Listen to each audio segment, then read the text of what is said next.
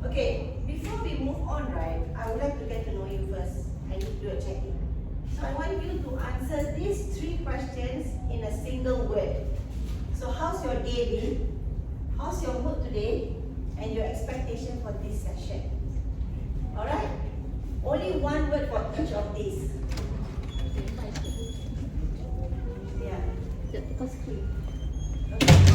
Right, so you'll start with Miss Jenny. Have to stand up. Yeah. Amazing day today! Amazing day today. How's your mood? Oh, fantastic! So happy to be here. What's your expectation for the session? I will learn and relearn, practice. Okay, oh, very good word. She used the word learn. So you need to unlearn to learn new things. Correct? Yes. So whatever that we've done in the past that is not correct, we need to unlearn and then we learn the new things. Okay, yourself.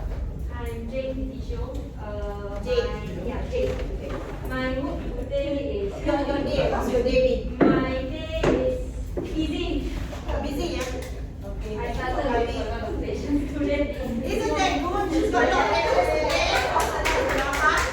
Okay, thank you. Okay, so you've been busy and then how's your mood today? Tired? Exhausting lah. Exhausting. I just finished tuition and rush now. And what are your expectation? I expect I will be more professional in writing on the policy for the department and planning lah, so they can guide the school better. Very good. So you got your own policy stuff in your department? Could be some for the CPAP that time. Yeah, already in there. Very good. Yeah, but may need a modification and revise again after the training. Okay, very good. Next. Jane. Probably. Okay, from you. Today I excited. You're excited? Yes. Very good, very nice. Okay. How's your mood today? But today Happy, very good. I want to learn more. You want to learn more? Yes. Excellent. I'm also very happy. I hope you guys are feeling the same way. Feelings future. I'm happy, you happy. Banyak lagi boleh belajar. Okay? Next. My name Atika. Atika. So my Your department? general one. General one. Okay, yes, yes. Yeah. So my mood today happy. Happy, very good. So Very cheerful people. Yeah. So my apa ini mood. Your mood happy. Your expectation for today. My expectation I want to just more about policy. Okay, good, very good. So since you mentioned the word learn and something came to my mind, you have a seat, please. So what I'm thinking is that when you guys are the champion, for each of your areas, right? So you need to do like similar what I'm doing, train the trainer. So you come for the training, you need to go back and train your staffs, correct? So all of you will be on the same page. Kalau you guys are trained, you all dekat sini, and then your staff dekat sini. So dia tak faham apa yang you all dah buat dekat this level. So you always must get them on board, correct? Okay, next you. I'm Greg, and the other day is a happy day because I can learn new thing what we're doing. Very nice, yeah. And your expectation is to learn new things. Okay. Next you. My name is Lydia. Oh, dialysis has started operating. You've got patients already. Okay. Alright, okay. Calm. Very calm, huh? Okay. When do you expecting your first patient? So you got the list or what? Oh yeah, okay. So you have to go and do marketing. Alright. What's your name again? Nitya. Okay, Nitya. Next. Hi, my name is Lydia from Which department? SCC. Okay. Jaga fans, flames. Which one? Both. Both. Okay. What's your name again?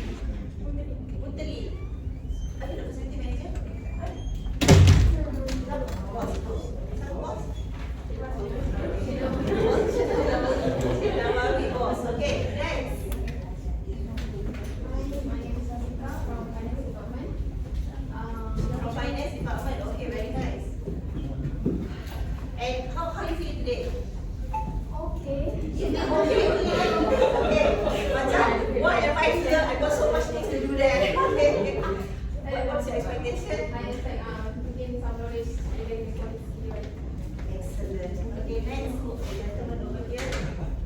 Usually, It's what it yes, from lab department. lab department. In no place, girl. Yes. Okay, so outsource. Are they nice to you? So far, alhamdulillah. Oh, very good, excellent. So you must be participating in the activities as well, yeah? Yeah. Jangan isolate diri. Okay, excellent. Okay, next. Hi, good morning. I'm May. So today my mood will be quite okay. Okay, quite okay. Hey, I choose Tuesday for a reason, yeah? Monday is a very busy day, so I don't want to kacau you. So I chose Tuesday. So, okay, right then. My day for the timing is a bit challenging because I'm searching for some information for my consultant. Oh dear, okay, Yeah. okay. Then my expectation is more to like gain the knowledge and pass the knowledge. Fine tune as well, right? What you already know. Some things are already, you all dah tahu dah. It's just about, you know, how, am I doing it right? Correct? Okay. Next, boss facility. My name is Nawawi and I'm from facility department and How's your mood today? sama macam lain lah. Sama-sama. Okay, you nak attend training ke tak? Kalau boleh nak lari lah. Nak lari. Today is your day out of your work area. So you should have fun with the rest of your workmates here. You try, yeah? Okay. Next. Okay, Rahman. Okay. Hello, my name is Muhammad Sakwat. I'm from IT. So today my mood is yeah. Macam mana? Okay. Okay je. Okay. Expectation? Dah clear dah. Baik-baik je. Yes, I need to learn about the policy. Okay. For the incident report. Something like that, right? I see. Yes, correct. Yes, and incident reporting. So all of you pakai kan incident report? Finance ke, HR ke, technical ke, non-clinical, you have to use the incident reporting system. Kalau ada equipment failure dekat OT pun kena raise incident. You're aware, right? Okay, next.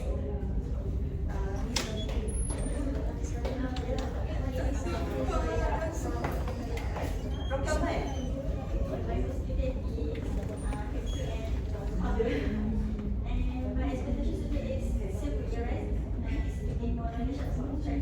Okay. Are you willing to unlearn to learn new things? Okay, very good. Next, okay, these are the early comers. Okay, I want you to give a round of applause for them because they were the early comers. The two of them here. Okay, siapa miss next? Suryani. Which department, sorry? Labor. Okay. Midwife ke? Okay. How's your mood today? Happy? Have you had the labor cases? Ada, okay, very good. I mean, like, okay. You can be here. Yeah. So what's your expectation? Belajar benda baru.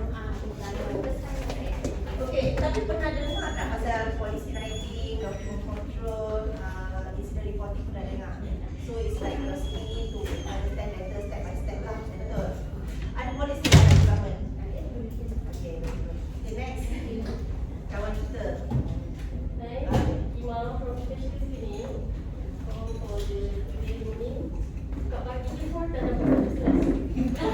Stres sebab apa?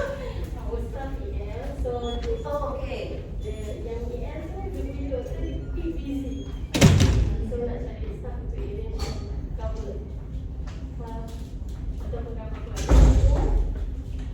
Tapi staff XCEL kita tak boleh predict. So it's something that you have to challenge yourself that we can do it lah. Betul tak? Staff XCEL valid tak valid is something that we have to just encounter this lah. Yeah? Okay. Just need to be strong, guys. Okay? Alright. Next. Morning, I'm Azhar from the same department. My mood today, Okay, kalau kita mengantuk, kita suruh you jadi lebih senyuman lagi. Okay. So expectation, gain my knowledge. Right. I'm Kimmy and my day today is like the normal day, one of the usual day. Every day is the same. So my expectation for today's session is to same thing to learn new thing and also to improvise our policy writing and also the incident reporting as well. Okay, very good. Right, okay. So I'm very sorry. So my name is Alika. I'm from the sea. The same, okay. Oh, yeah, okay. So how's your work today? Good, very good. Good. From KL. Today, so my work still good. Back from leave. She's just back from her leave. Okay, and my expectation is to improve myself in implementation. Excellent. Yeah. What else? For Nina, for having us today to share knowledge. Assalamualaikum everyone. My work is always challenging. Okay, and my mood is serious. Serious? Yeah, very serious. So you are a serious person? Feel. Are you It's serious? certain things Ah. that we need to improve it. Yes, we need to be serious. We need to have in mind what we need to do, especially when we are in the hospital. Yeah, I heard a lot of good things about you. You're doing a lot of things. Great here. Not good enough. Not great enough, huh? Yeah. Okay, also you always challenge yourself, huh? Yeah. To become better every day. Very good. And my expectation is actually to, because when I came here, we have marketing is nothing, so we have to develop from scratch. And basically, I have done these few exercises before in the previous hospital that I want to learn. Probably there's a new things that I can improve from this SOP writings. Okay, Yeah. very good. To give back to Sena. Yes. Alright, thank you. Alright, I hope I'll be sharing valuable information to all of you as well. Probably some things you already know, but feel free to ask me questions along the way. Yeah? Okay, next. I'm Aham from Facilitated Department. Okay. So my mood today, chill, relax. Cheese, okay, very nice. Uh, So that's why you choose the back seat, right? Yeah. It's more relaxing. Yeah. So my question today, patient safety. Patient safety. Excellent. Excellent. That's the key word. Okay, next. Hi, good evening. My name is Hado. I'm from Aunty, Department. My mood today mixed. Mix. You feel mix. Got stress, got Stress. pressure, got all this. Okay. Yeah. Okay, so you feel stressed. I hope you won't be stressed after you finish this class. Yeah?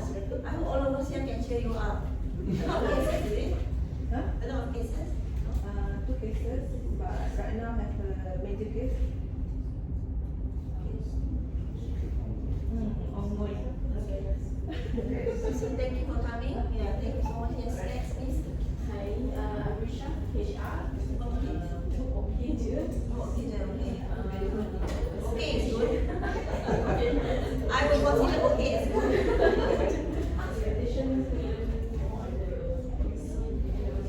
Alright. Okay. Sue? Of course. Assalamualaikum semua dan selamat pagi. So very active. Expectation untuk belajar lebih. How's your mood today? How's your mood today? Today pun seperti di luar sana. Okay, luar sana. Oh, sorry. Yeah, when I came out, I was like, very active. Oh my God, the weather. It's so steep, right? Oh, yeah. Seperti di luar sana, okay. Alright. Okay, next. Assalamualaikum and good morning everyone. My name is Siri from Medical Report.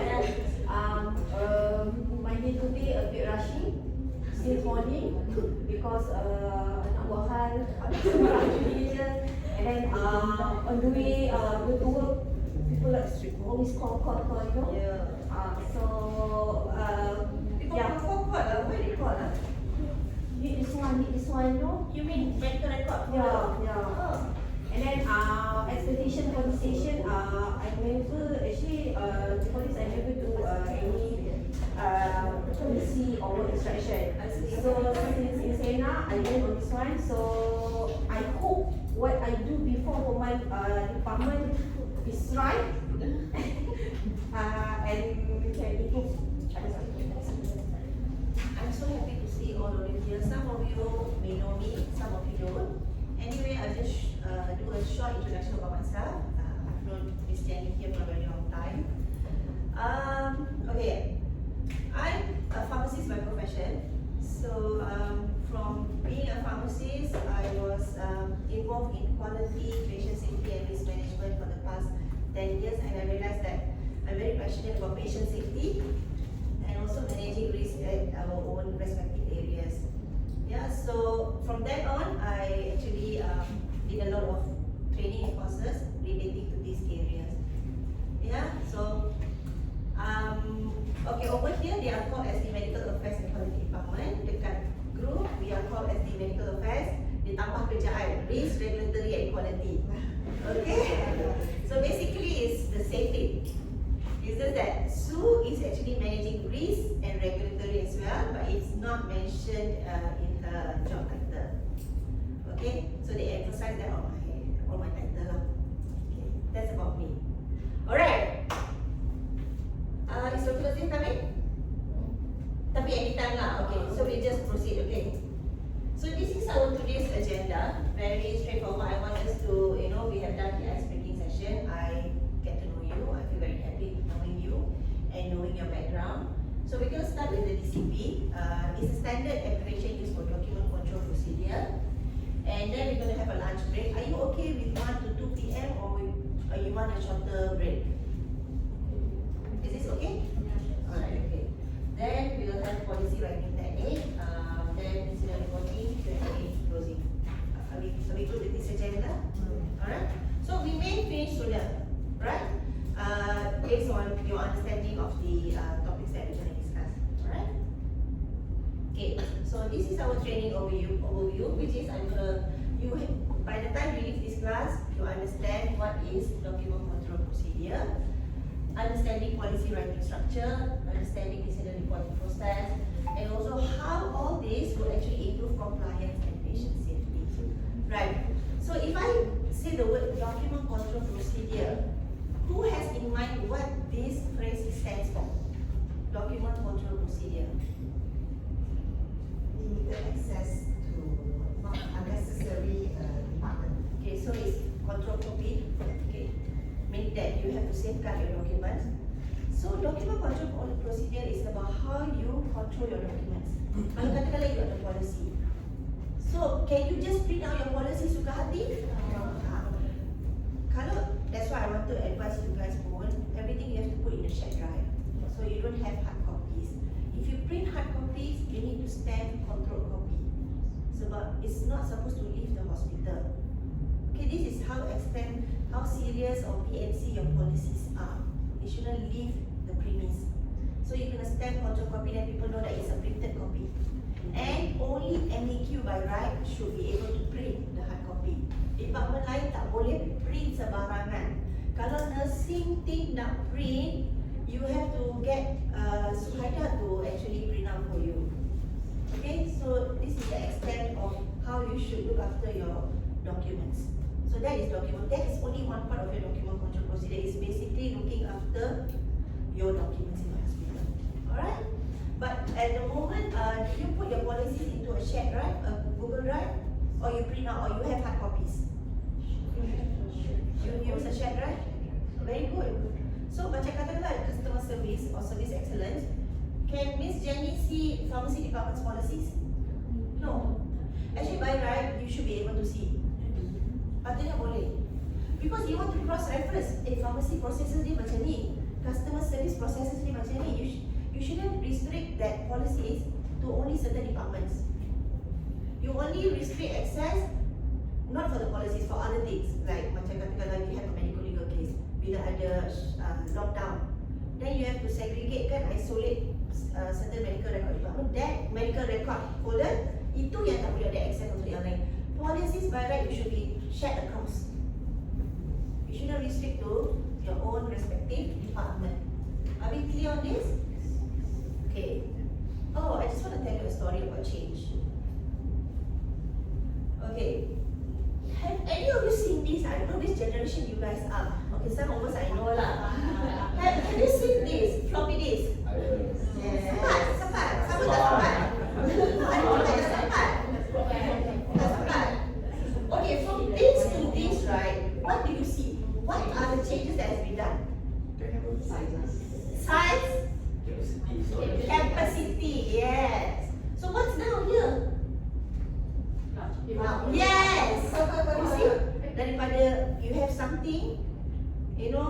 list yang besar, banyak, lepas tu storage kecil, and then it's improving. Correct? So now we are using cloud. We don't even see it, we don't know where it is. Sometimes it goes missing, sometimes you have it stored properly, correct? Yeah, so if you do not change, you become extinct. Yes. Correct? So we need to So this is the story of who moved my cheese from Dr. Spencer Johnson. I don't know how many of you know this story. It's actually a very good story. You've got 4 characters over here. You have got Sniff, Scully, Ham and Haw. So they all live in a maze. Apa tu maze? Maze tu jalan yang yang tak boleh jumpa jalan keluar lah. Looking for cheese. Sebab dia kata who moved my cheese. So you need to know which character are you over here. Sniff, anticipate change, and dia boleh sense tak, oh, there's change going to happen. Sniff. Sekali dia laju je. Bila dia change, quickly, I'm going to change. Sekali. Ham ni deny change and resist out of fear. Ham is scared of change. So dia tak nak berubah. His resistance to change. And Haw, at first dia takut, afraid of change. Tapi eventually dia adapt.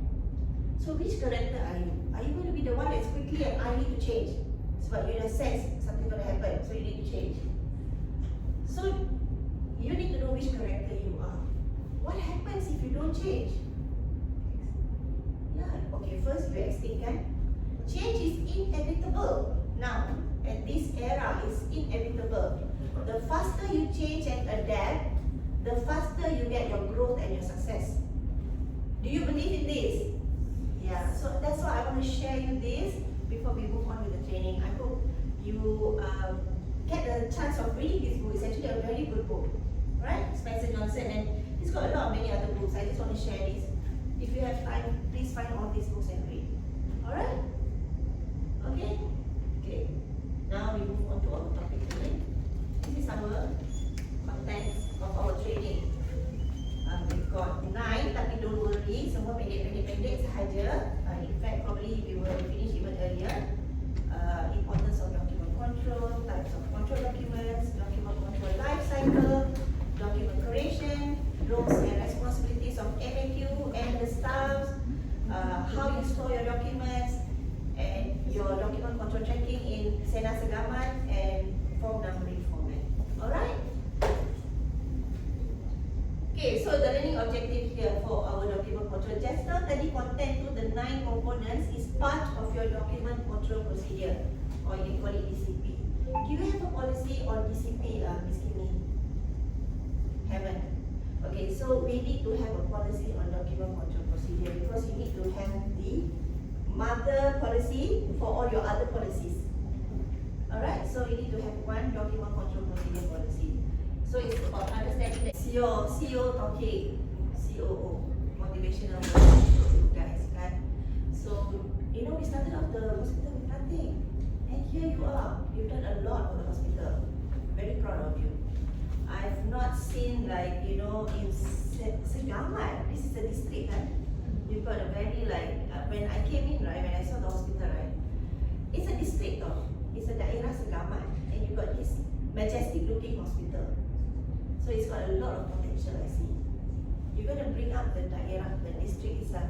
I know sometimes you feel low, you feel down, but you have to remember that you are serving back to the community. Yeah? Alright, okay, let's move on. So, point number 3, I think, that, to understand document control workflow, apply proper creation, review and approval procedures, ensure compliance with hospital standards. Alright, are we clear with the learning objectives here? So, kita dekat topik document control procedure. Right. Manage and update policies, SOPs and forms to ensure accuracy, consistency, availability and compliance.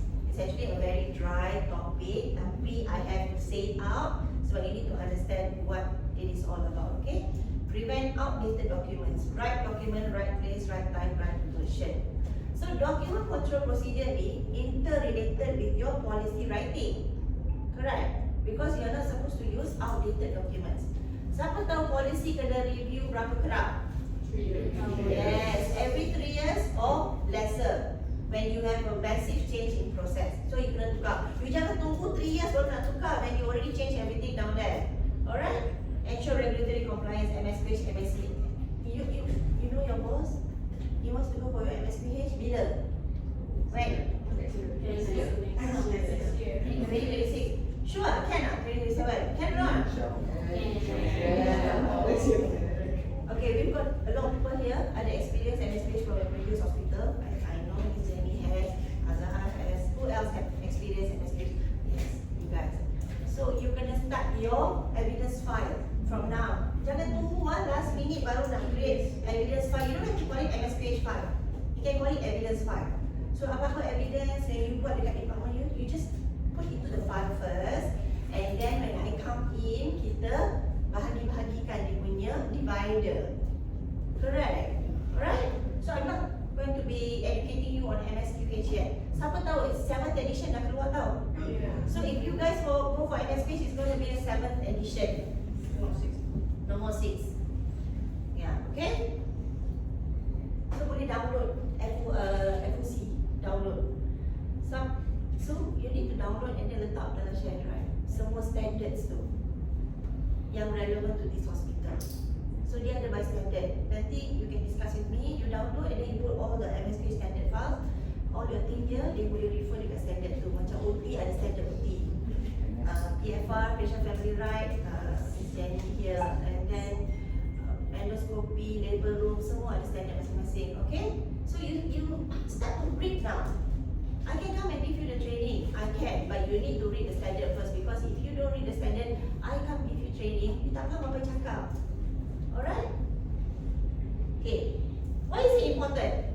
We mentioned earlier, patient safety, reduce clinical errors, supports accreditation of course, and ensure legal compliance and prevents outdated procedures.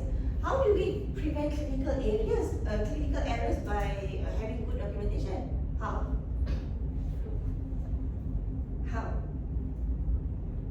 How do we do that? Because when you have your policies written properly, staff tak akan buat error. If your policy tak comprehensive, you have missing steps, that is the one that's going to lead you to clinical errors. So you have to make sure your policy is comprehensive. Kalau kita ambil policy daripada another organisation bulat-bulat, make sure you read through. Lines yang tak apply to us, remove those lines. And then you have to add on your lines if required. You understand what I'm saying? So kita tak boleh ambil bulat-bulat. Sebab hospital ni, mungkin dia punya proses flow different. I don't know whether they call it as service excellence ke, customer service ke. So if your department is called service excellence, and then you pakai term customer service, you must make sure that it's related. It's betul sama. Business office, I don't know istilah apa dia pakai, front office, you are called business office, betul tak? So you just have to make sure all these are correct. Okay? So these are the types of control documents that we have. Checklist, forms, manuals, guidelines, work instruction, every other document actually. It is part of your document control procedure. Okay, dalam banyak-banyak ni kan, this document control procedure, if you want to have a reference, right, how you should write the documents properly, you refer to what? There's one accreditation out there yang talks about proper documentation. Who knows? It's ISO. ISO 9001 talks about how you should have your proper documentation. Okay, do you have any questions on this? So it's every other document. Did I miss out anything else? Yang you ada, yang I tak list dekat sini? No, I just try to think all that we have. Betul tak? You ada guideline, you ada work instruction, you ada manual. Alright? Yeah. SOP is standard operating procedures. So these are all control lah. Control. Even your forms are control. So you tak boleh sahaja distribute your forms unnecessarily. Okay? So have you created forms tak dekat hospital ni? You have started to create forms. Ada tak form yang you created bulan Julai last year and then suddenly February this year you rasa you kena tukar? What did you do with the previous form? Because you already updated kan? What happened to the previous form yang you printed? What did you throw? You need to remove You need to discard. Yes. So if you have forms that you have updated in February, katakanlah you dah print 1,000, you need to discard. You got no choice. So jangan print banyak-banyak lah, because bila hospital baru start kan, initial, you akan ada banyak changes. It's not visible lah, tak sesuai lah. So jangan print banyak-banyak dulu. Alright? Okay, so you're printing it in-house kan, tak adalah hantar dekat luar, right, to do this. No, right? So you don't print a lot. Don't print a lot. Because now somebody has to go around all the departments yang ada form tu, you kena remove yang previous punya. You understand? Somebody has to do that. Alright? Who's your nursing card? You have nursing quality? No. So you don't have nursing quality. Bukan you. What's your job title? Senior nurse manager. Okay, who's your educator? We don't have, still written, she's the one, she's the one. Okay, so this is your document control life cycle. So basically you have 8 steps over here, okay? Document creation. And then you need to review the document. Management approval, monitoring, implementation, communicate to staff, issuance. Issuance means distribute lah. Revision, archiving or disposal. So you can either you archive in your soft copy. You archive the soft copy, you discard the hard copy. So this is your document control life cycle. Hari ni I tak buat quiz. Nanti I buat quiz. So this time around is my first training in Sena Sekamat. I'm not going to do quiz. So usually kita akan ada pre and post kan training, right? See your understanding. Alright, okay. This is your document creation punya steps lah, or the requirement. Use approved template. Clear and simple language. Follow hospital format. Include references. Align with standards. So this is the basic tips of how you should create a document, right? Like service excellence, right? Jenny, you have your policies already in place. Yes.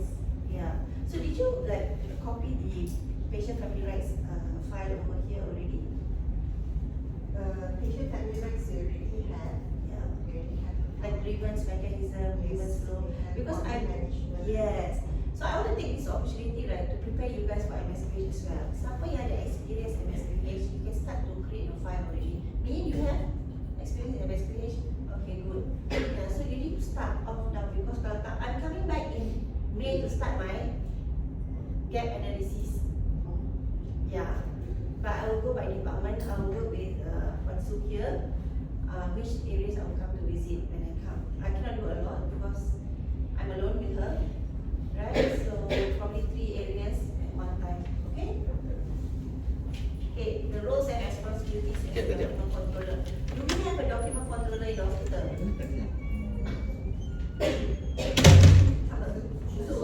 Okay, Stu is also a document controller.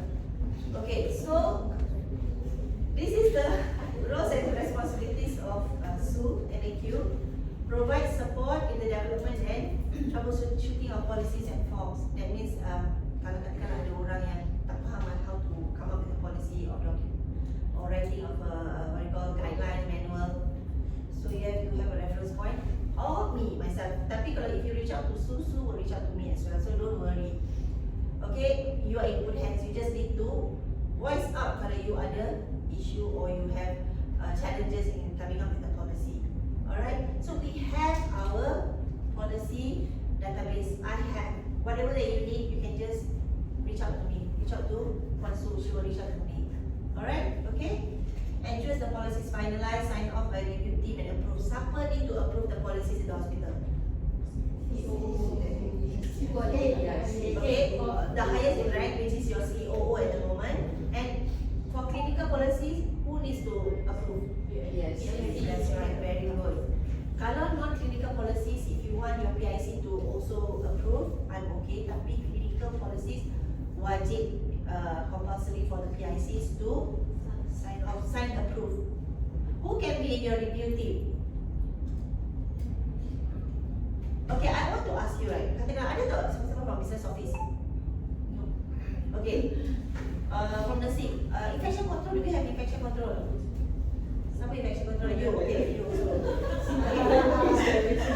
When you write a policy kat infection control, kat infection control is everybody's business, correct or not? Okay. So katakanlah you tulis infection control about OT. Who's in your review team? Decide the review. Does the owner of OT sign under review tak? Ini yang kita akan nampak slacking, which is you review dengan the correct person, tapi that person didn't sign under the review column. Later I will show you. So whoever that's involved in the policy writing should be signing on it. Betul tak? Do you agree? So moving forward, you need to do that. Jangan risau if your review team ada 5 orang. Don't worry. The more the merrier, the better. MSK surveyor kalau tengok very happy. Sebab everybody that's involved in the policy writing is signing off the document. It's better for you. Tak ada orang akan balik lagi. You tak tanya I pun? Already documented, sign. So this is how you should do it. So katakanlah pharmacy come up with a policy that involves the nursing team. Of course the nursing team is to sign. Katakanlah it's about billing. You need to get the business office team to sign. Person in charge, okay? So this is a very long list over here. Alright, so master list ni I dah tunjuk, somebody has to create. Okay, right. Okay, staff's responsibilities. Each and every one of you, you need to always use the latest approved documents. Kalau you nampak ada 2 jenis version, what do? I want it. You guys are all the heads, is it? The managers? No? So you have to escalate to your boss, right? Okay, boss. Kalau you bukan boss lah. Boss, kita ada 2 version. You need to remove. Everybody has the responsibility to do that. You cannot get this thingy to go everywhere and look for this. Yeah? Okay, are you okay? Are you all good? Okay? Do not use, share or rely on obsolete or uncontrolled documents. Any outdated or incorrect document must be reported to the document controller without delay. Staffs are required to actively contribute to document review and update processes to ensure accuracy and compliance I mentioned earlier. Okay? Tapi you are hospital baru. I'm sure that you don't have old documents. You probably have documents that you have updated tapi tak remove yang previous one. Itu je. Correct? It's what you baru establish. So if you go for MSK kan, dia akan mata dia buka separuh je, dia nak bagi you lulus. You need to do bare minimum just to pass through your 4 years. They in fact close one eye, they open this half. Nak bagi you pass through, okay? So you janganlah yang tu pun tak ada, basic tu tak ada. Infection control very very important. You need to identify all this. Alright? So if you want to go for MSK next year, but you have to make sure certain people is there. Your engineer, you need to have an engineer. You need to have an infection control. You need to have a door. These are all the compulsory people that need to be around. Kalau tak payahlah pergi MSK. Safety officer, ada safety officer? Still looking. Still looking. So make sure you have all these 4 people first. Baru boleh cakap pasal MSK. That is bare minimum. You need to have those people. Encik Nabawi. Yeah. Are you an engineer? Nice. Yeah, okay, very good. Okay. Alright, sebab dia sekarang ni dia macam they want to escalate the level of care that they are providing to the community to make sure that we have the right people for the right job. Okay? Tapi sometimes many of us we have enough experience now. We are probably diploma holders, tapi we've got like 20 years of experience, which is equivalent to degree dengan masters, betul tak? Right? Tapi sometimes they nak paper qualification, that is the problem. So if you have the opportunity, sampai nurses senang lah buat post basic.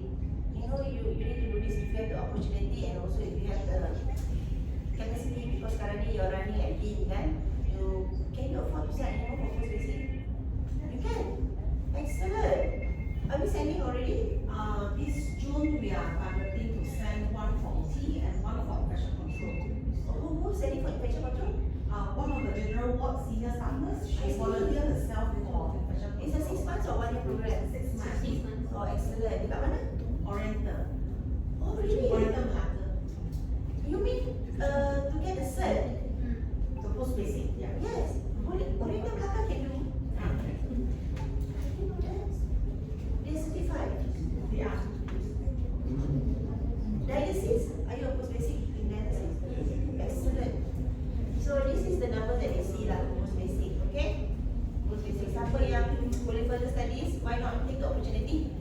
sponsored by hospital, right? Yes.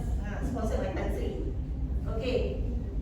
Staff must maintain confidentiality and proper handling of control documents, ensuring they are not altered without authorization. So katakanlah you ada, I think, medical record department akan ada lockdown. Have you experience any lockdown situation here? Ada lockdown? Just yang kalau perempuan.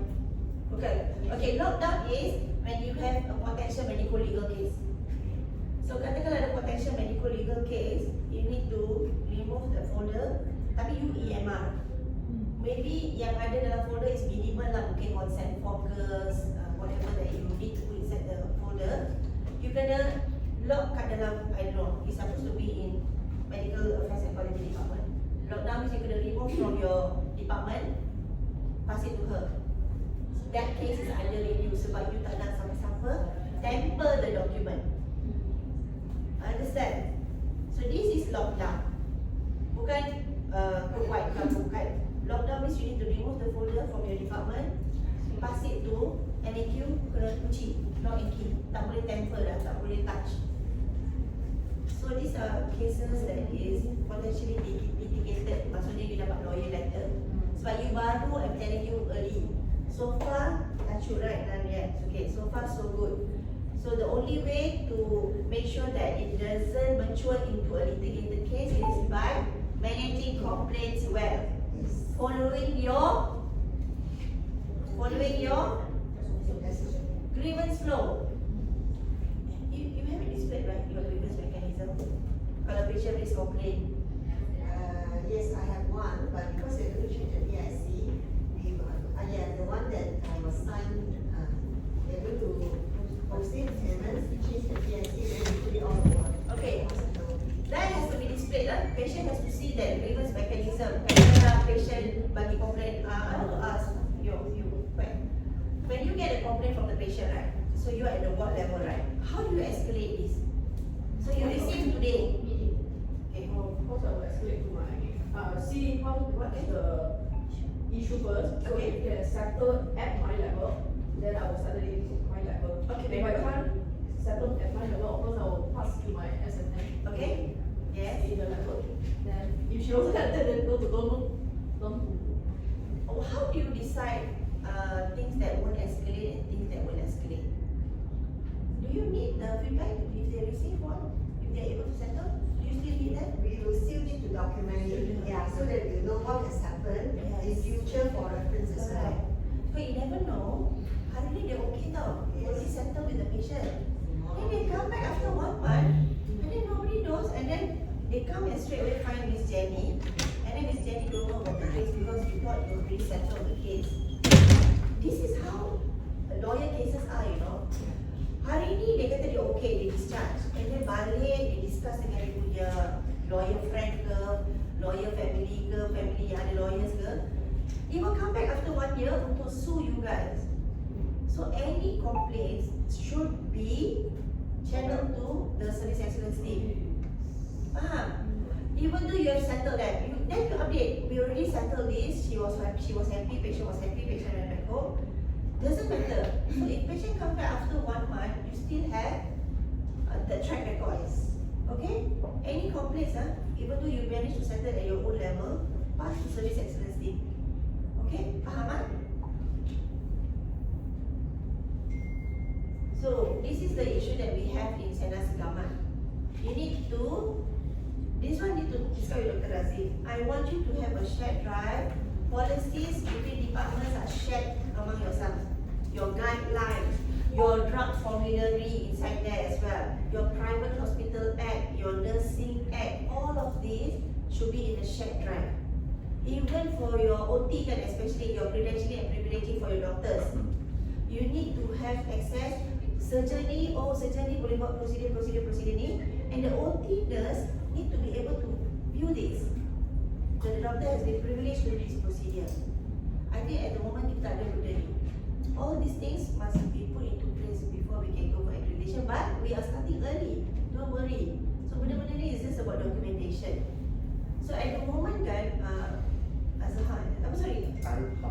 Alham. So bila you ada case, the surgeon comes in, how do you know that the surgeon has been privileged to do that procedure?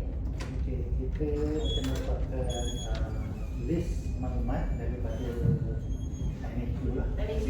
Kita akan tengok apa Hard copy? Yes. Hard copy apa prosedur yang dia privilege untuk buat. So daripada situ kita akan tengok consent. Dia matching ke tak? Kalau tak matching, yes, kita akan kena beritahu pada kita punya superior. Okay. So OT nurse manager is the gatekeeper lah. Doktor yang tak ada privilege untuk buat sesuatu prosedur cannot proceed. If anything happens to the patient, memang gone lah. Alright, we don't want that. We are a new hospital, we are a small hospital, we don't want anyone suing anyone. Okay? We won't be able to go. So over here I mentioned again, I emphasizing hard copies must be stamped controlled copy. Do we have the stamp, the red stamp to stamp controlled copy? We kena buat stamp tu. So katakanlah kalau ada orang print hard copies, you need to stamp and control copy.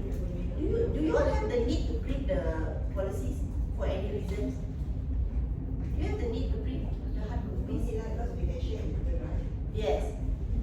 So kita print mungkin kalau patient minta ke apa kan, then you have to put control copy and you cannot provide the whole thing. You don't want to share your detailed process to patients. Policy is for our own use. Kalau you nak reply to patient, you need to reply kan written response. Sometimes patient wants a written response. Please do not provide the policy to the patient. You need to extract out the information and put it in a nice karangan for the patient. Alright? Jangan bagi policy ke apa-apa. Patient cannot take back. They're going to scrutinize you. Even incident report, I'm telling you now, guys, you're the heads. Make sure you cascade this down to your staff. Do not ever print out your incident report and pass to your patient. Do not print out the policies and pass to your patient. These two things you cannot do because if they bring this to court, memang kita gone. Okay, these are all our internal records.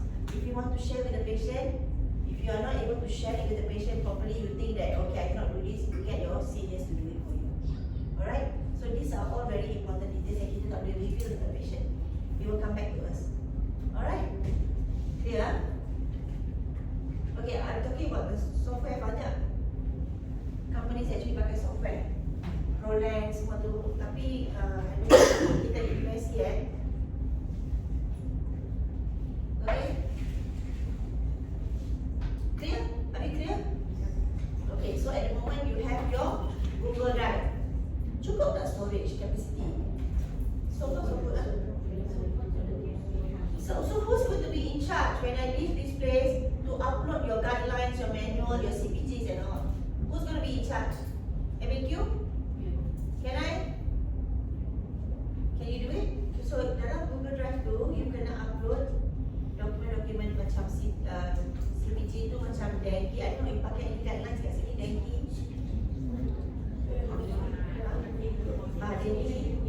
Yes. Okay, boleh. Semua ni dalam dalam internet pun ada. So you just have to download the app. Ataupun Miss Amy, if you have the documents, do you have the documents? I don't have. You don't have. So you need to put it into the chat run. This is the first step. Nanti I discuss the next. Alright, you need to have all this, and then all of you must know where these things are. So kalau surveyor datang to pharmacy department, right?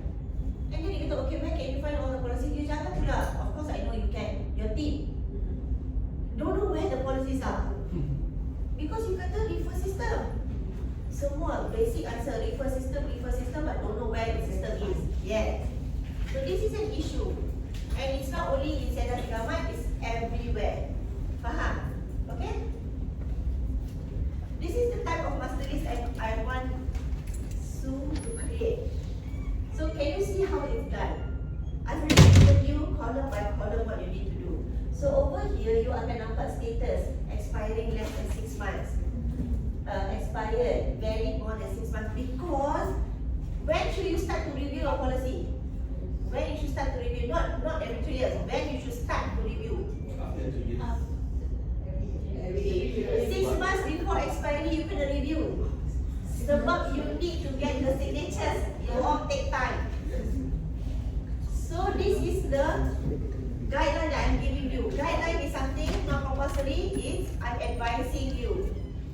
6 months, you should start reviewing your policies. Clear? So that you have enough time before policy to expire, you have a new copy. Kalau tak, you tak sempat, you are practicing with the expired policy. Faham? All these are good documentation. Alright? So your policy will be what? Starting from July last year? So semua still valid lah kan? So you're still fresh tau. You are macam white cloth dekat sini. It's so nice. Kalau kita dah pergi ke organisation yang already in operation for 20 years, this is the massive problem. Sebab banyak policies expired. So you are starting fresh. That's the best part. So make sure you start to review your policies within 6 months. So when I come back to do audit, I refer to your policy. I won't sendiri petik daripada langit kata, why you are doing this way? No. I tengok your policy and say, your policy kata macam ni, you operate macam, tapi I won't ask you pun, I observe sahaja. Because I nak identify gap.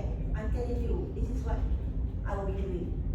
Okay? So you kena buat your processes, your step by step as accordance to what's written in your policy. Are we clear? Is this, you can do this? So maksudnya kan, it's a lot of work at first. At first, banyak sebab you kena identify all your policies. So all the departments you kena ada access untuk tengok policy. After that, bila you dah ada this set, you just add on sahaja. Yang first round tu yang paling susah. Okay? So I will be assisting you, don't worry, jangan takut. Kita kena identify semua policy first. Alright, so when you have that, senang untuk everybody, and system ni boleh you can make it in a way that it will prompt you that it's expiring. Actually, every department will have to see this. You need to see this so that you know when you need to review. Faham ah? Alright, so this is very manual lah. Ini pakai Excel sahaja. Okay, so because we don't have a system yet, actually IHG is also using this. IHG is also using this. Pakai Excel sahaja. Tak ada canggih-canggih sangat. Alright?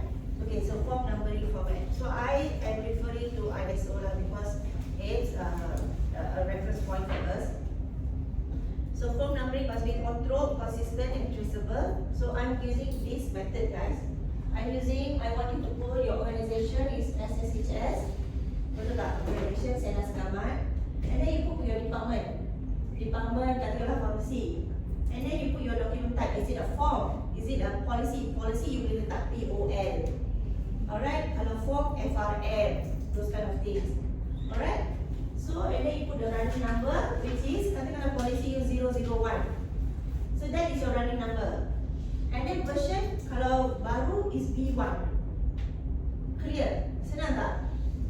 Alright, so you use this method. So I mentioned earlier, right? SOP is procedure, FRM, document type, and you have this one bukan cast in stone, bukan hard rule. Depends on what your departments are called. So probably QMS, I don't know what department is part of the system. Yours is MAQ over here lah. Alright? Boleh.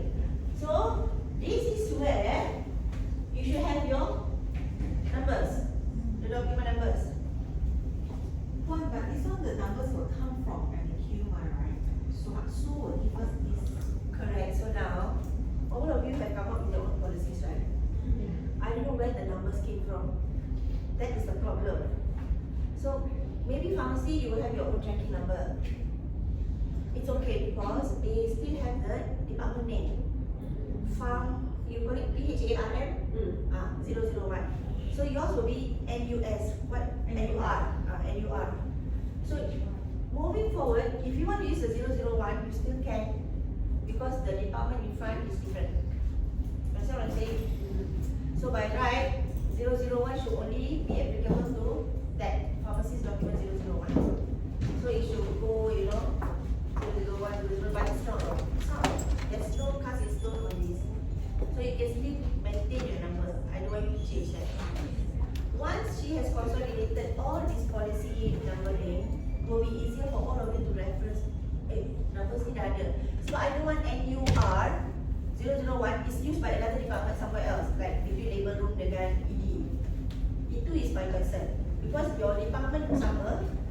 organisation sama, your department NUR, no division NUR, or you want to use department, I'll leave it to you, whichever that you're comfortable with. Your phone number can also start with SSHS, NUR, ED, those kind of thing. Or you want to remain as SSHS, NUR, then POL 001. This is tricky because I scared that 001 is also used by someone else because you're using your division, which is NUR. So if you want to use, you put NUR.ED. So you differ there, you are different in that. So your 001 is still applicable. Tapi kalau you letak NUR 001, I takut ada department dah pakai 001 juga. And everybody when you start writing your policy, you will use 001. Because that's your first policy, correct? Okay, so maybe Miss Kimi, you can use NUR.ED. What are you doing now at the moment? Once we develop the policy, right? Okay. Once confirmed by everyone agree, we will send to Sue to give us the registered the number. We follow the number. Okay, so buat macam mana yang depan tu SSHS ada tak? Ada. Okay, lepas tu? Slash NUR Okay, slash lepas tu dia punya department. department. Okay.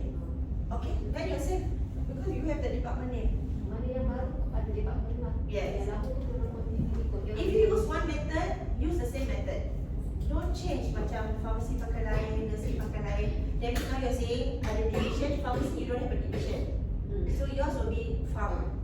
So nursing yang akan division because it's a division. NUR./ED, betul tak?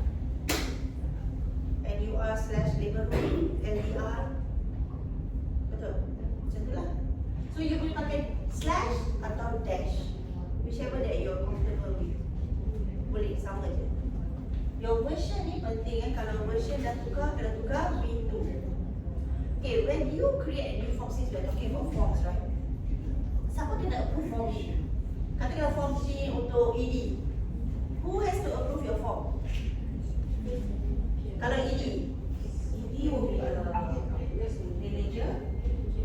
Manager tak cukup. Manager, then the senior nurse manager, then myself. Belum kena. MC Clinical head. Clinical head. So kalau you ada medical surgical board, your clinical head needs to approve. Actually by right your form should go to a forms committee. They need to approve. Kalau tidak, orang tak tahu you ada form baru. Have you started your medical record committee meeting? Haven't? Okay, kita start medical record committee meeting. Medical record committee meeting kena ada 4 kali setahun. 4 kali setahun. Okay. So dalam komiti ni kita akan discuss forms yang baru. So doctors are aware. Bila dah discuss dalam medical record committee, and then medical record committee ada chairman dia kan, dah approve form ni. Lepas tu masa Dr. Razif ada MDAC meeting, dia akan boleh tunjukkan the rest of the consultant that we have this new form. So the consultants nak rasa macam, things are changing but I'm not aware. I feel like sometimes I feel like the consultant rasa macam they are not involved lah. They are not involved. So kita kena involvekan dia orang. Dia orang nak, they want to be involved. Surprisingly, they want to be involved. They want to be in the know lah basically. You did a change, but I see you like when there's a new drug couple, she puts it in the group, which is good. They want to be in the know. So you just let them know. Medical record committee. Nanti I nak establish dengan Sue. Don't worry. I takut I balik nanti Sue tak ada pula. Sue, I'm here with you. Alright. So kita kena buat lah. Kita kena establish all these things because you're only in operation what 7-8 months. Baru je. Baru je. So it's fine, it's fine. Nothing to worry about. I'm just telling you what you need to do as a hospital that is operating. Azhar would know lah kan. Macam mana kan? Betul tak? Alright. And then approve. So your clinical head kena sign, your medical record committee chairman kena sign, kena appoint dulu chairman. You know your requirements for your TPA, right? You want to bring in your TPA, right? They ask us, what is your ESG? Whatever that you're doing is for your environmental. So kita kena start tau, ESC, and then they ask for your ethics committee. They ask for your ethics committee for insurance. Kita ada tak ethics committee? Ethics committee dekat. Correct, we already established. So yang tu dah settle. You just do one by one. So when you want to bring in TPA to the hospital, they ask for all this. So in terms of your ESC, right, I'm telling you now, maybe we should start something. Maybe avoid using plastic bottles. Drinking. You have to do something somewhere. Yes. Where's your recycle the waste, the 3RB? Got that. Okay, very good. That's one. Remove plastic bottles. Bring your own bottles. Okay, yang tu satu. We have to start showing initiative that we are supporting the government in terms of ESG. Healthcare dia ke belakang sikit. Alright, so when you go to the cafe, right, you bring your own cutlery. Ataupun cutlery yang cafe serve tu kena pakai yang wooden, yang yang boleh recycle. Yes, sustainable. So these are very very basic things that I'm sharing with you. Yang you boleh buat, as a new hospital. Apa lagi yang kita boleh buat? Solar, okay, yeah. So these are the things that, okay, I'm just throwing this idea that because I want the hospital to know that, these are the initiatives from the government that we have to support. What is the latest that our PM requested us to do? Since 15 April, what is supposed to do? Yes, it doesn't apply to us, correct. Tapi, dia propose to government for the staff to work from home, correct or not? Yes. Tapi tak apply kat kita lah. So this is also one of it. The gas and the fuel, betul tak? Okay? Tanam sayur lah. Kalau you boleh find one place, nice place, start tanam sayur semua one. And I've seen, dia buat apa tau? These are all the initiative. They don't have space, so they created yang macam yang dekat rumah, tapi dia buat dekat hospital. Yes. So you can just find a small space, and then you put your, what do you call it, like green vegetables? You just put shelf tu. You just put the shelves and then you start the house. Yeah, greenhouse besar kan. So, Gleneagles KL, they did that. It's just some shelving they put at the corridor. Salad. Yeah. Yeah. So these are the simple things that we should start looking at, okay? Plastic bottle banyak ke? I tengok dalam meeting room dekat mana-mana plastic bottle. We should move away from that. Yang apa, tank. Kowe lah, save kowe. Kowe no need to this one, right? And then now, buy jugs, the glass jugs. Put the water inside there, yang IKEA ada jual tu, yang boleh tutup. And then put glasses. That's the first thing you should do. Okay, so remove plastic bottles. Share dengan you punya CEO, boleh buat cost saving, buat project. I need to do projects, okay guys? Projects. We need. Your first project, do lah cost saving. Remove plastic bottles, switch to, putting the water, the drinking water in a jar, the bottle, and then use glass. See how much cost saving you can do. Yeah, you just check and see. Procurement, ada procurement tadi kan? Someone procurement. Yes. Cost saving, then you show. This is how much cost saving. Okay, so just now I mentioned, I refer to this, our code QMS system, quality management system. You just have to make sure that it's unique identification for each document. The revision control, approval before use, prevention of use, obsolete documents, and easy retrieval. Easy retrieval tu apa maksud dia? Easy retrieval is not only for hard copy. Easy retrieval, even your Google Drive kan, you jangan pergi Google Drive, you cannot find the document. That means it's hidden somewhere, you don't know where to go to. So easy retrieval means when you click and then you can find the document. Understand? Are we clear on this or not? It must be accessible to every staff. Every one of you, including your downliners. It doesn't end at your level. Because if surveyor were to come, right, I'm always using the word surveyor because I want to prepare you guys for the survey also. They will actually find, okay, siapa new joiner? Yeah, they want to ask siapa new joiner whether that person has been orientated properly or not. Dia tak nak cakap dengan manager semua dah bosan. So manager semua dah tahu already. So they want to talk to someone that new. Okay, the key takeaway. Okay, since we finish early, right? I'm thinking whether we can have an early lunch and then you can come back early. So because key takeaway. It's about patient safety, consistency, compliance, standardization, and reliable quality system. So the strength of quality system lies not in its documents, but how well we control and keep them current. Okay? So you have the system, you need to maintain the system. How are you going to make sure that it is always updated? So kita dah buat one-time activity, one-time initiative. You cannot just let go everything and okay, done, and it's closed. No, it's an ongoing process. Are we clear? Okay, ada soalan tak untuk DCP? This is DCP, So you've covered document control procedure. Okay. I have got questions. Okay. Sorry, because now we actually on and off will receive a memo from HQ.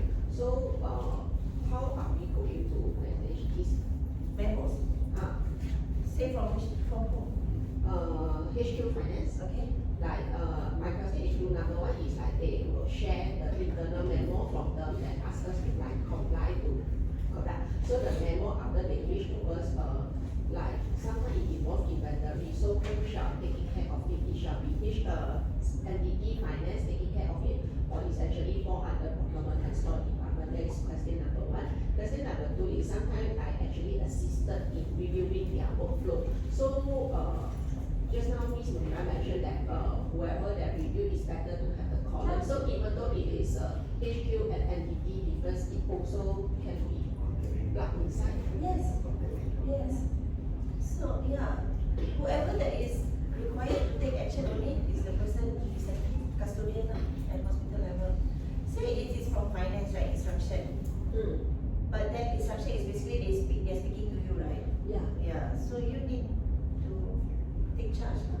Okay, so it's not. So the memo is not taken care by the entity finance by Africa, but procurement or store need to take care of the memo. Whoever that person is to whom? Who is it to? To the finance is it? To many people.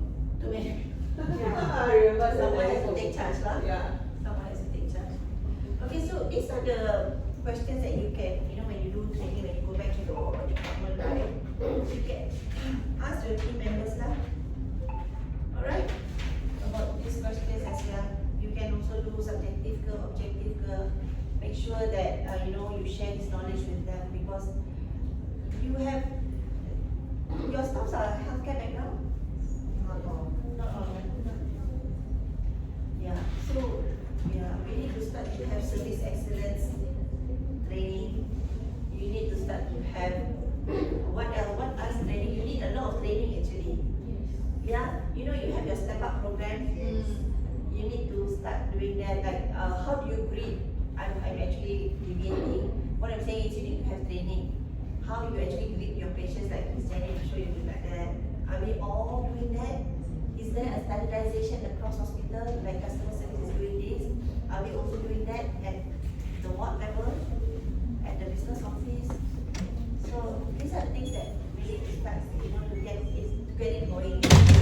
Alright, so we know what is document control now. Are you aware what is document control? Was I clear enough that you understand the whole process of looking after document?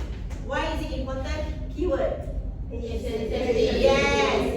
Kalau you dekat healthcare, it's about patient safety.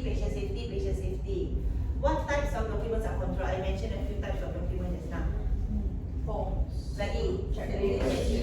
SOP. WI. Yes. Okay, dalam banyak-banyak dokumen ni kan, which is the heaviest?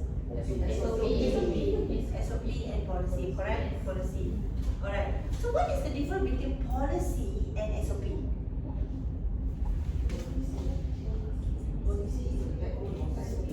Correct. Okay. Now I've requested for SSH, Senas Government, to combine your standard operating procedure and policy, correct? require policy. Policy is a policy statement to say that you need to do credentialing and privileging for the nurses.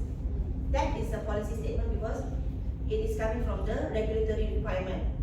So when it's coming from a regulatory requirement, it is a policy statement.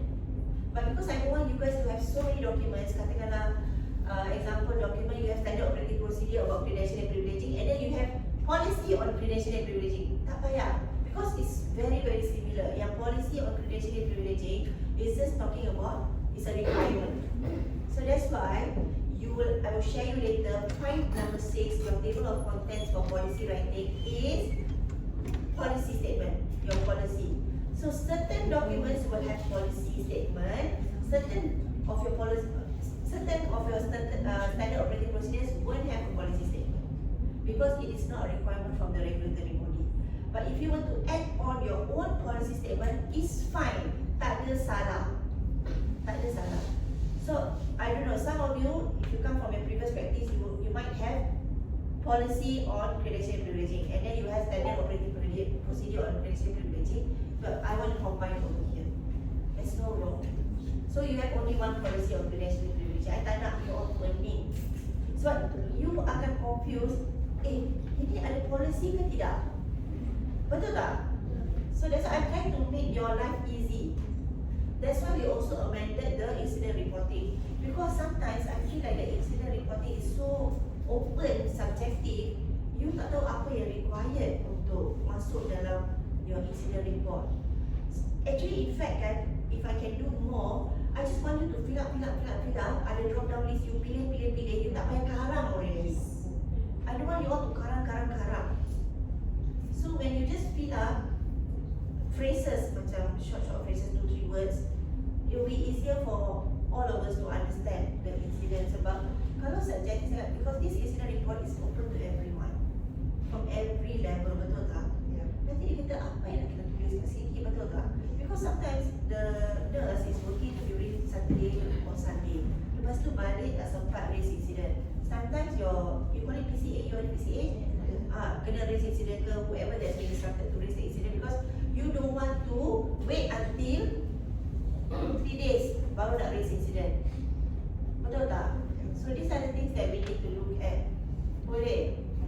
Are we clear? Ada apa lagi soalan pasal DCP, forms? Kalau tak ada numbering, format, tolong tukar, tolong tambah numbering, and then escalate to NAQ. Alright?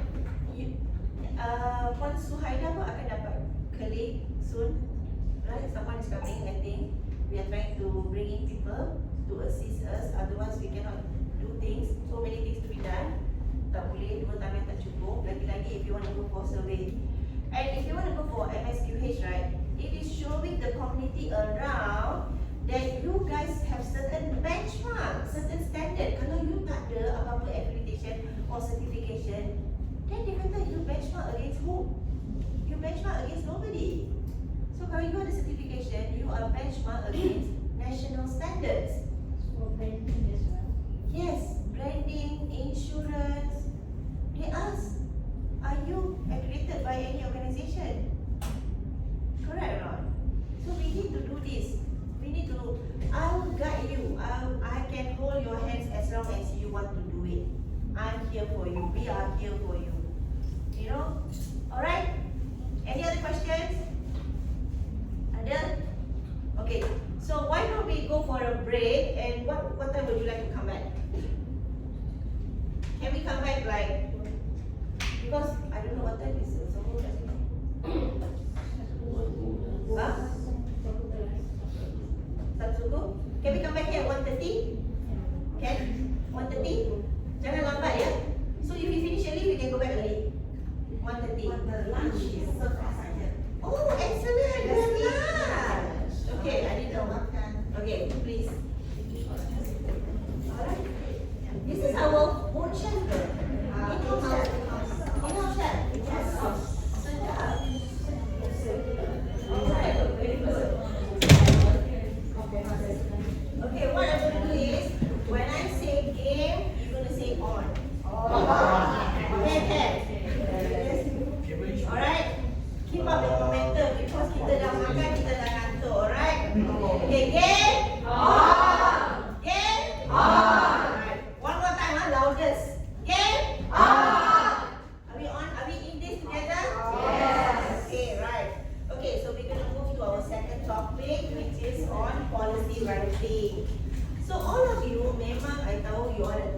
kasih banyak-banyak dah tulis dah.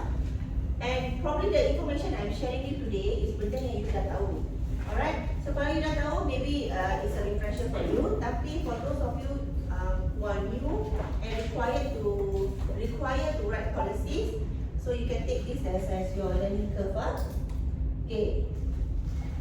So under this topic, these are the contents that I would like to share with you. Requirements under MSQH, policy structure, table of contents, version control guidelines versus policy and SOP, policy writing tips, approval metrics, and compliance check on policy implementation. So this policy writing technique is very similar to document control procedure. Sebab mainly on the document control procedure or DCP, it's about how you look after your policies in the hospital. Alright, so dia memang go hand in hand lah. Nothing yang di DCP tak ada dekat policy. So policy is sub of DCP. DCP is the umbrella yang besar. Alright. Okay, so under this is 6th edition. Now we've got 7th edition. So I'm not sure if this 1.2.3.2 is different now. So can you check if I press record? Dah. Okay. So yang ni kan, MSQH for each standard ada berapa pillar? 5 pillar. Okay, 5 pillar. Okay, fine. So certain standards got 6 pillars. The 6th pillar is special requirements. Macam radiology akan ada special requirement. Facility standard 3 akan ada special requirement. So certain standards akan ada special requirement. So itu consider ada 6 pillars. Kalau tak, yang normal standards akan ada 5 pillar. Policies and procedures is under pillar 3. Faham? Okay, so pillar 3 says what? They want to see this. So guys, when you want to go for MSQH, right? Now they are using this, you need to share all these documents before they come to the hospital. So your policies must already be in place. Because you're going to share in advance before they come to the hospital. They'll be reading through your policies. Okay, when they read through the policy, you jangan pergi tukar banyak benda sangat ke hospital. Sebab they are already reading the policies that you have given them, but you are changing them before they come to the hospital. So you have to be careful on that. You understand what I'm saying? Yes. Because you akan share policy you semua in advance. Dia nak baca policy hospital ni, they want to know the processes that you have here. So when they come and audit, they already kind of know what's happening. Okay, lagi satu, I'm taking this opportunity to let you know, jangan overshare. If you don't know what to share, you don't share. You can consult Miss Amy, and Miss Amy can consult me. Okay? You jangan share incident reports. Okay? Alright, son. Katakanlah you ada PPH, touch wood, you don't have PPH yet, postpartum hemorrhage. You jangan share benda-benda ni. Let them come. You don't have to lie. Let them come and investigate. You understand what I'm saying? Okay? So you don't have to overshare. You share policies fair enough. Bila dia tanya and then we have no choice, then we will share.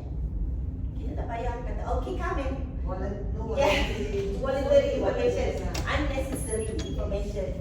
You don't require to share all this. You don't. And they will come and investigate. And your champions must know how to answer them. So you see, there was one of this hospital overshared the incident report to the surveyor. They came in when I was surveyor, tak mature sangat lah, tak professional. They already aim, I'm going to come and attack them. Actually they are educators and enablers. Okay? Tapi you can counter them. Of course I'll be there when survey is happening. But you need to answer them in a professional manner. You tak boleh jawab, I've seen staff answering, oh, I tak tahu lah itu department lain, I tak tahu, I tak join lagi time tu. Okay, as long as you are the manager of the department, as long as you are the staff of that department, kalau ditanya soalan, never answer, I will join lagi time tu. It's no point you answering that. You are there, you need to know what's going on in the department. And if you don't have the answer, what should you say? Yes. Yes. I'll check and I'll come back to you. You don't have to say, I do not be like, you cannot say that you are not involved, you are defensive of yourself. Surveyor is not going to see that, okay, she's smart, these people are not smart. Tak. Dia akan nampak kita ni yang kata, oh I was told that during that time, dia akan kata, you are not a team player. You have to remember that. They just gonna say you are not a team player, that's it. Sebab you supposed to know what's happening in the department, right? You tak boleh selamatkan diri dia. I don't care about them, I selamatkan diri dia. Tak ada. They don't see it as that. Kita ni dah matured organisation, matured people kan. We are not like those days in Malaysia 30 years ago, no. We are more open-minded now. Our mindset have to change. Betul. We are working in a team. When you work in a team, you have to selamatkan your kawan. That's all. Just remember that.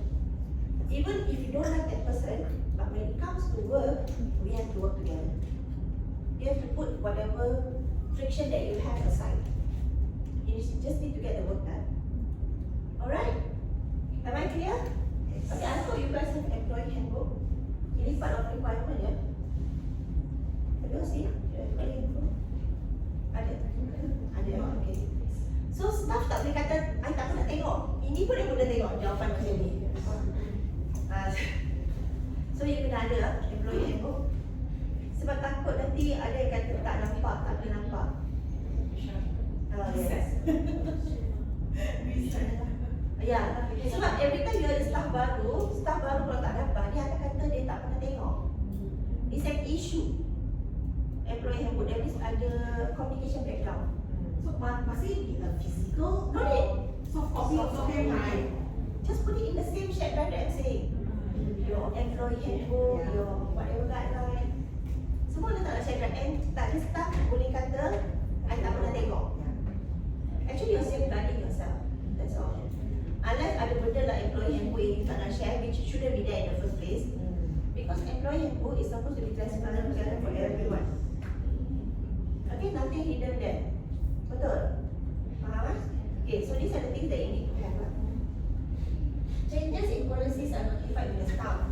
Ini lagi soalan cukup mas. When you update the policy, okay, let me ask someone senior lah. I tanya dekat Atika. Okay, kalau you ada changes in the policy, right? How do you communicate to your staff? What is you have to explain to me in a way that is structured. How do you do that? Okay, you dah review policy. Okay, so what do you do then? So you yang review kan? Then? Okay.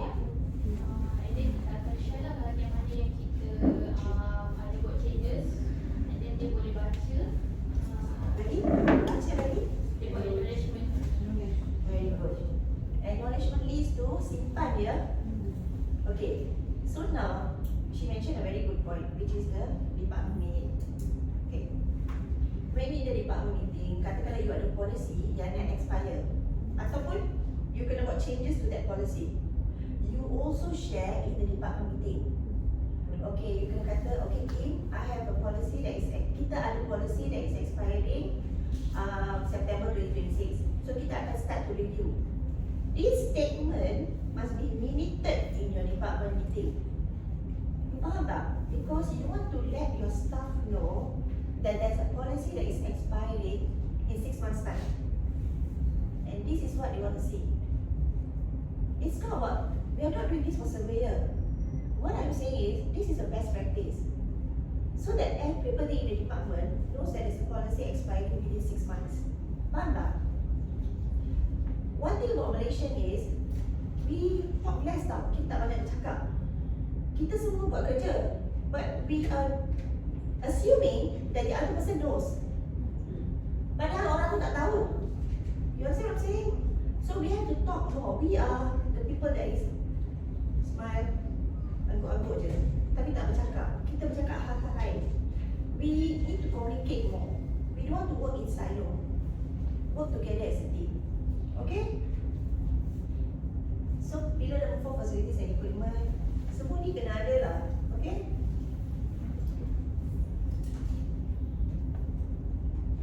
Are we clear? Right, so this is our policy structure. Ini memang hospital ni senang segamat lah. So you have to have your hospital logo. Okay? This is your the department owner. Pharmacy ke siapa ke, what is the difference between the original date and effective date? What is the difference? Date of creation. Date of doing, correct. So original date, katakanlah you keluarkan polisi 15 April and it's version 1. Your original date and your effective date is the same, 15 April. Katakanlah you review policy ni next year, July 2027. Your original date remains 15 April. But this one changes to 15 July. Whatever date. Faham? And this is O is original, and if you have yes, revision, you akan letak revision. This is your version, and this is the one that I'm asking you guys to do lah. You can add one more lah kalau you ada division. If you want to add division. So you would like Miss Kim will have SSHS, and you are ED, POL ke, FRM ke apa-apa lah. Policy is POL. Are you all using the same thing, POL? Tak, POL tak. Apa dah? SOP. Oh, SOP. So one. Up to you. You nak pakai SOP? You are using POL? SOP. Can. Macam mana tu? Boleh? Boleh? So it's standardized by Yeah. SOP lah. Yeah. Using SOP. Alright? Tapi the only thing, bila you letak SOP kat sini, okay, this is your policy title. Setengah SOP requires a policy. Sebab tu I suggested pakai POL. So I leave it to you to decide. Remember, you don't have to backdate anything. Whatever that I'm teaching you now or in future, it's just moving forward punya changes. You don't have to do it backward. Tak payah backdate, tak payah, no need, no waste time. So the reason I asked you to use POL is, like I mentioned, I'm repeating it again, some SOP requires a policy. Because policy is, you are required by the law or the regulation to have that policy in place. For example, is the credentialing and privileging of the nurses. It's a requirement. Or credentialing and privileging of the consultants. So it's a policy, which will fall later, I'll show you under policy statement. Okay? Clear with this page? Terang ah? Okay. This is your content when you write a policy. Ingat je lah you ada 11. Purpose, scope, responsibility, abbreviation, definition, policy, flowchart, guideline and procedures, quality improvement monitoring, references and appendices. Quality improvement monitoring tak boleh tulis not applicable lah. When you have a SOP ke, policy ke, you need to have some indicators how you monitor that policy that's been implemented. Say if you have a policy on fault or an SOP on fault, what would be your quality improvement monitoring? Yes, correct. The number of incidents. Betul tak? So you cannot have NA under quality improvement monitoring. You need to monitor the policy that you have in place. That's the reason we have all this. NA tu jangan pakai lah selagi boleh. Sebab kadang orang shortcut they just use NA. You need to say something there. Alright, you faham ah? Okay, this one this page numbering. Purpose will definitely start on page 3 because the first page is your yang document tu kan yang policy. Second page is your table, your content table. Purpose will start on page 3.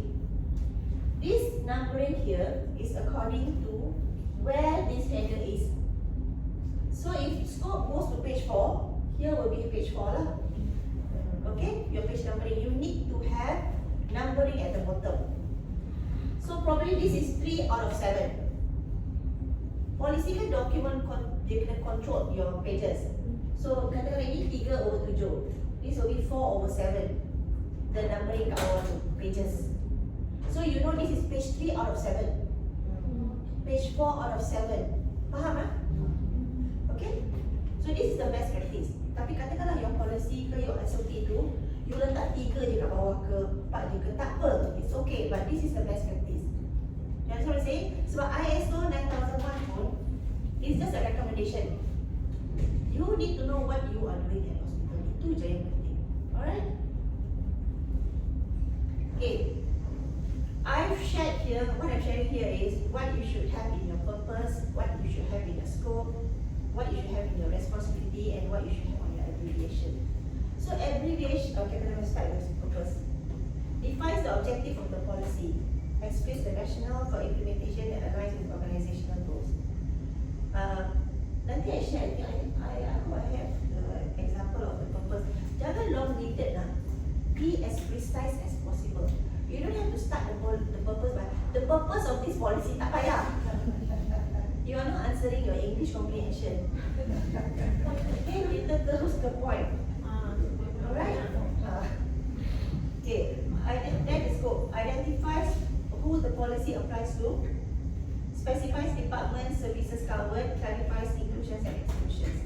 Scope 2. Kadang-kadang you ada indicator yang you monitor kan? Kan you akan ada inclusion dan exclusion criteria. So scope dia apa? Applies to all inpatients. Exclusion is excluding outpatient macam tu. So this is the scope. This policy ni siapa scope dia? Understand? Responsibility. Siapa responsible? Pharmacy manager. Who else responsible? Whoever that is sign off the review part. That is the person that is responsible. Responsibility will fall to these people yang review policy tu. Sometimes it can go up to your COO's level lah, if it's the governance policies. Lagi satu yang kena ada SOP plus policy is related to governance. So you kena ada policy statement. Okay? Abbreviation. Of course lah kalau you pakai MAQ, Medical Affairs and Quality, DOT, Director of Nursing, all that will fall into this column. Are we clear? This is the first part of the table of contents. Clear? Definition. So definition is when you have a word that people would not understand. For example, what is credentialing and privileging? Yang paling senang lah. So you define what is credentialing and privileging. You define difficult terms dalam policy tu. Faham tak? Alright? So you kena tahu policy tu, kalau orang baca and one go, what are the things that they will need to refer to dictionary? That is the definition. Alright? Faham ah? What if let's say just a single word also can, like we define that single word. Example? For example, like maybe the procedures name. Yeah, you can. You can define anything. There's no wrong. This is a subjective question with no right or wrong answer. The more you elaborate in your policy, okay, don't make it complicated. Tapi the more you elaborate, the better the understanding is. Itu very penting. So you should define things like people will not understand when they read the word. Then you define those words. Okay. Some people will not understand what is credential. So you define what is credential. These are the difficult terms kan? Example. Or any other difficult words that we would use. I can't think of any. Credentialing, privileging, credentials. Procedures, you want to define, you can lah, but then what kind of procedures? For example, like the procedure name, like angioplasty Okay. or angiogram. But that is like I feel like that is All the medical terms lah. usually this one is for, it's not medical terms. Medical terms is like given that you should know. But if you want to define, there's no wrong. There's no wrong. Yeah. Okay? What is policy? States core principles and rules, set expectations and standards, guides decision making. So why you came up with the SOP? Why? Because the policy requires so. Right? So this is your table of content number 6. This is very, very important because the surveyor would ask, you jangan get confused, right? Okay, you show them standard operating procedure. I requested for you to use the standard operating procedure and policy. Policy and standard operating procedure, something like that. I think it was policy and standard operating procedure. Yes, policy. Okay. So sometimes the surveyor will ask, where is your policy?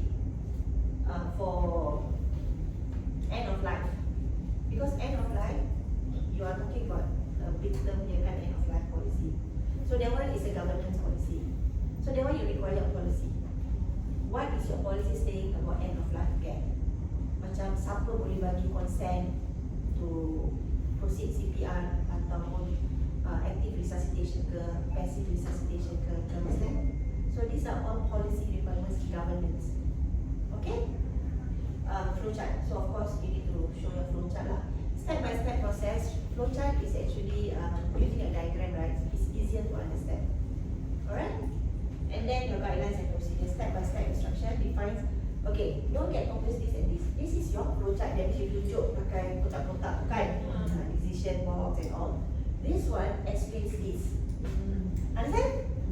This part here, number 8, is actually explaining what you did in number 7. Understand? Clear? Okay. Quality improvement monitoring. So it defines monitoring mechanisms, includes KPIs, audit indicators, support continuous improvement. So katakanlah medical record department kan, you ada policy untuk buat chart review. Ada tak policy untuk chart review? How about you have not started chart review? Oh, okay. Tak start lagi ya?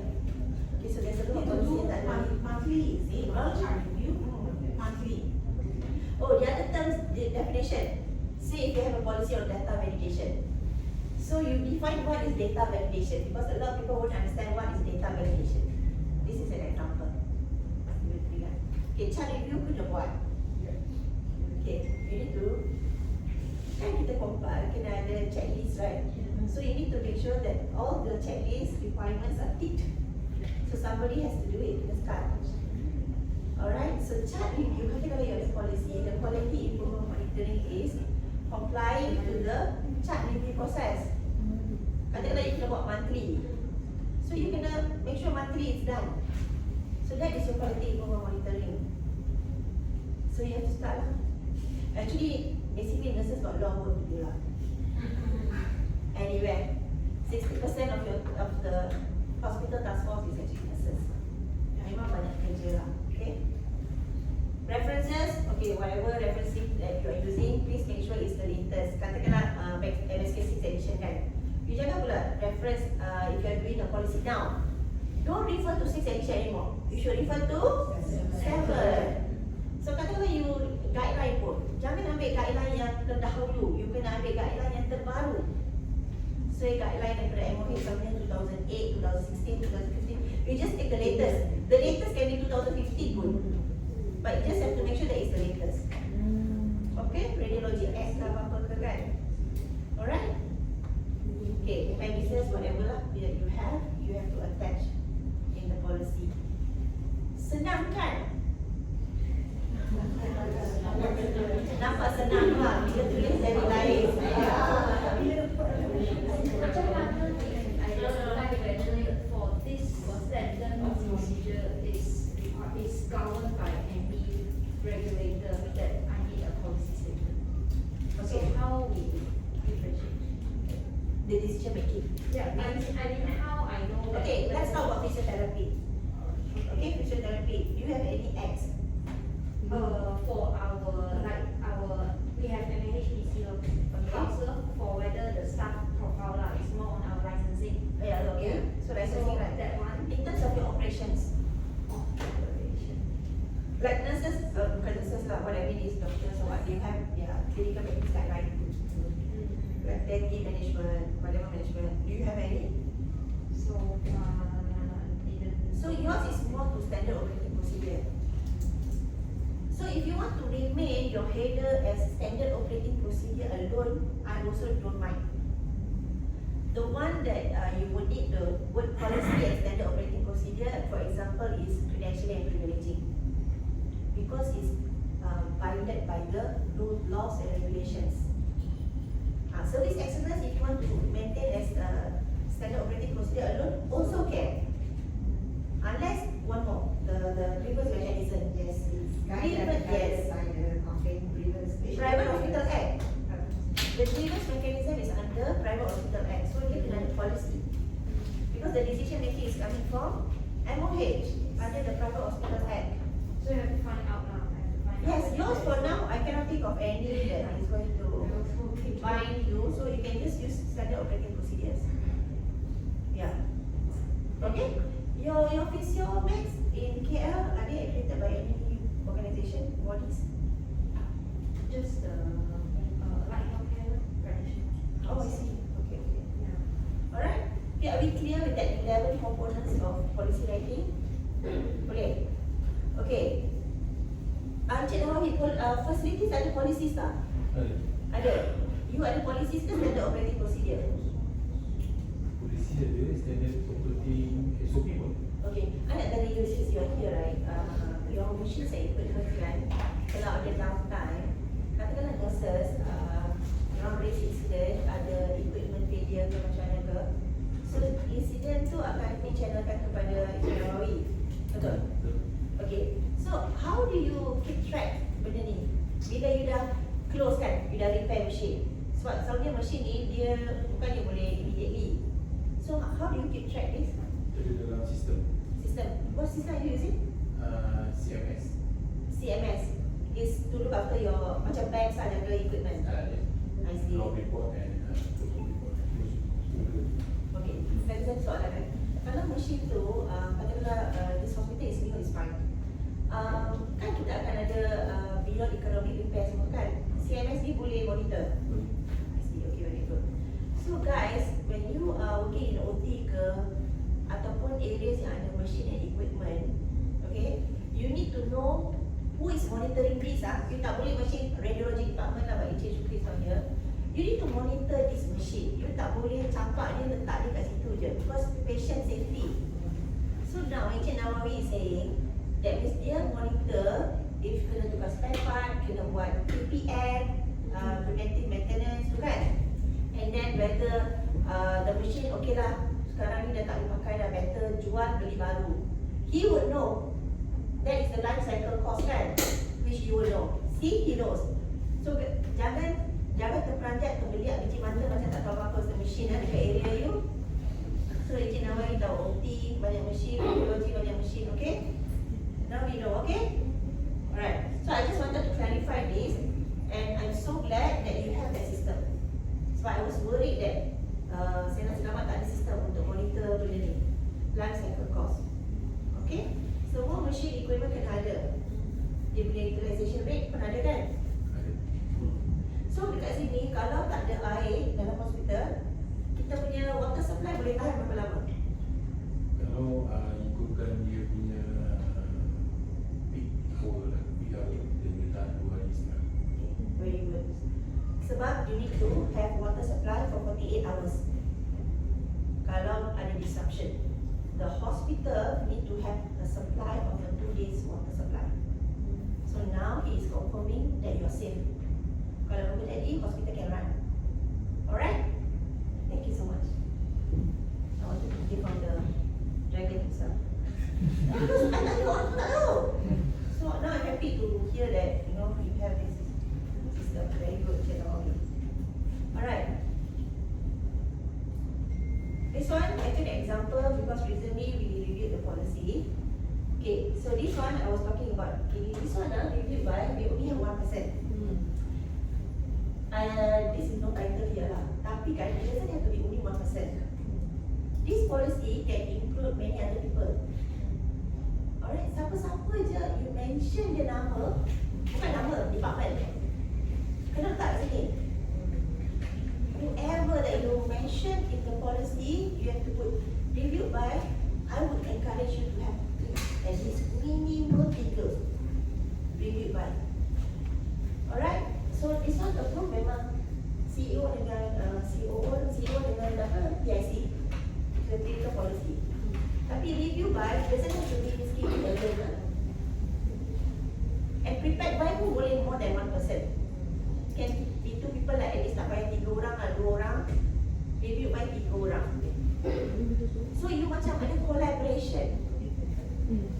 Okay? So selalunya, okay, anda MSK pun dia akan tanya ada interdepartmental collaboration tak when you write a policy. So you kan ada collaboration ni. You are doing it, but it's just not signed off. Okay? So bila tadi Atika mention, staff akan baca, acknowledge. This policy, if you have Miss Kimi to sign review, It has to go to the nursing team. Your team kena baca and acknowledge juga. And katakanlah your grievance mechanism policy, they have to read and acknowledge. Faham? And do you have an organ donation policy? Kena buat satu. I just don't know what you have and what you don't have. If you need one, I can give it to you. So you need one organ donation policy because this is supporting the government. And under PFR, you'll be talking about this. It's a must, right, this policy? Yes, yes. We are not forcing anyone to donate organ. Tapi kita nak tunjuk kita support government. Kalau you pledge, lagi bagus. Kalau you pledge lah, nak donate ke apa tu. Yeah. So you need to have that brochures and all leaflets on organ donation, especially at ED dengan ICU. Sebab kita nak tunjuk yang katakanlah ada patient yang prepared to donate their organ. We have all this education at the right spots, right places. So it's at ED and ICU. And you have to have a person coordinate this event kalau berlaku.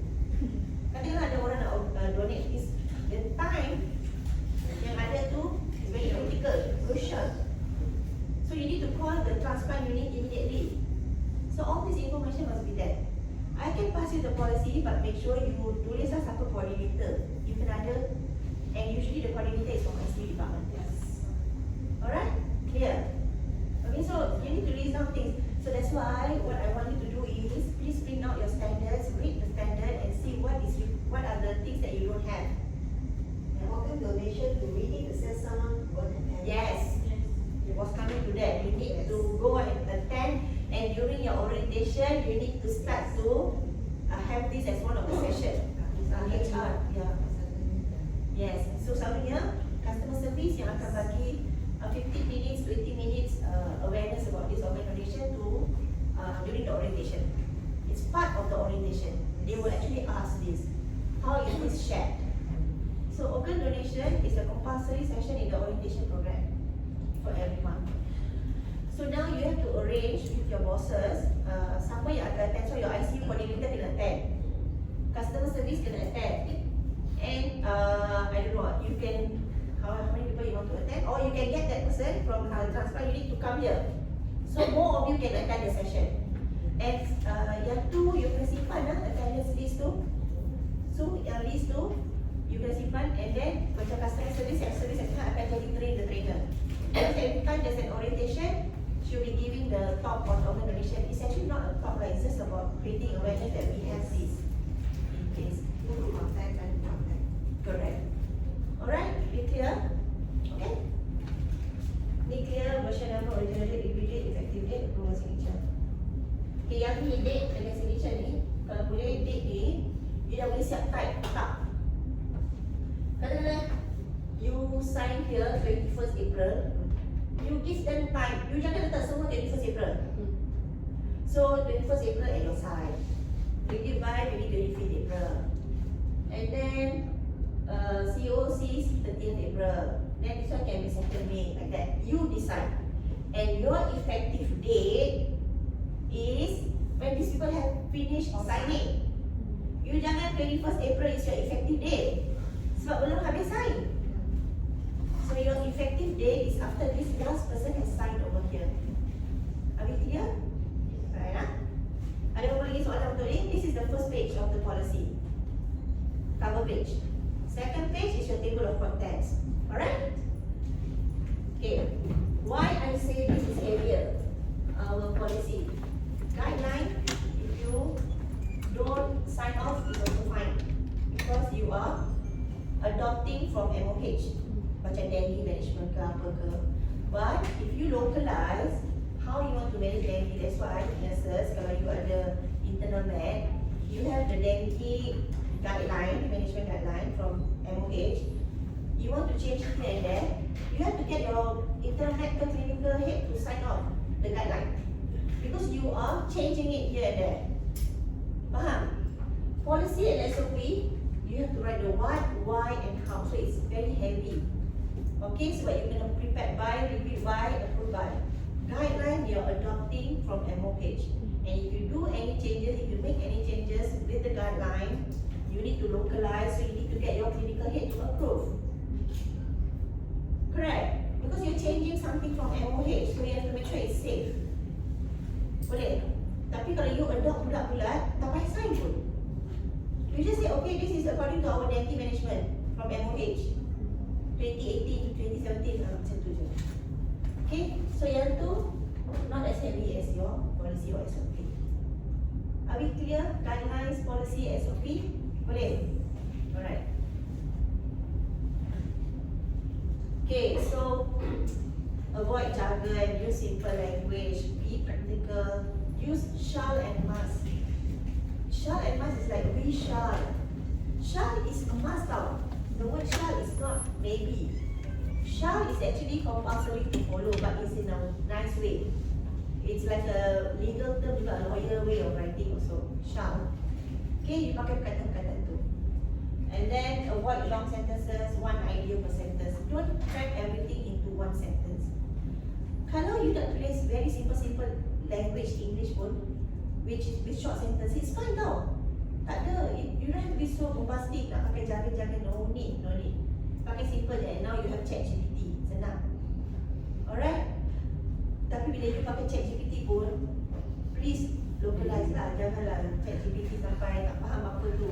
And then kita copy ya. Okay? Okay, so this is what I'm trying to say, avoid drowning in detail. You see, the purpose of this procedure is to document the policy. You don't have to use why use 10 words when one will do. Correct?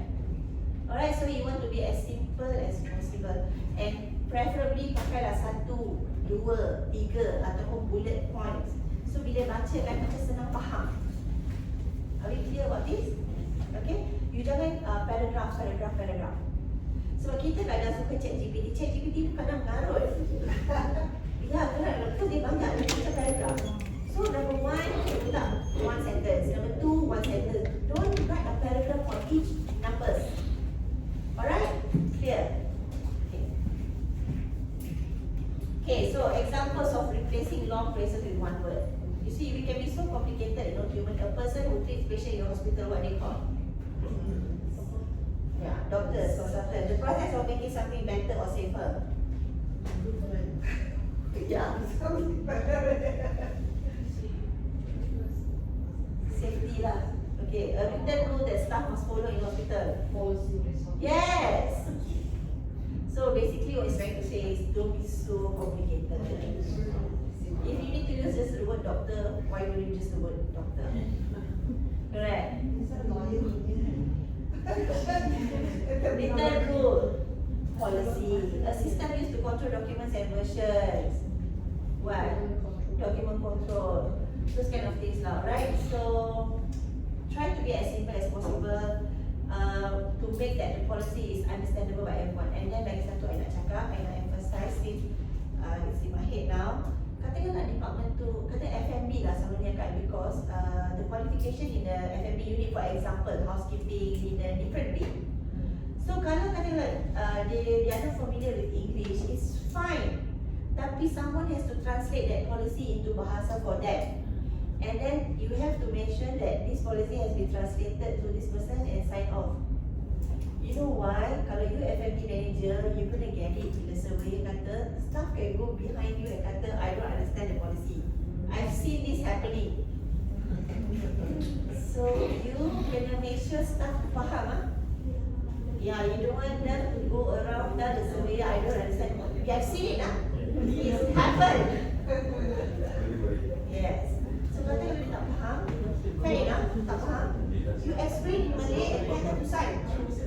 That is been translated into bahasa for the staff. And then you have to emphasize to the crowd, you don't have to specify that person, because kita bukan be cantik, kita bukan pinpointing. You have to explain that, okay, I've briefed all of you, both bahasa and English, and all of you have understood that you understand the policy. Okay?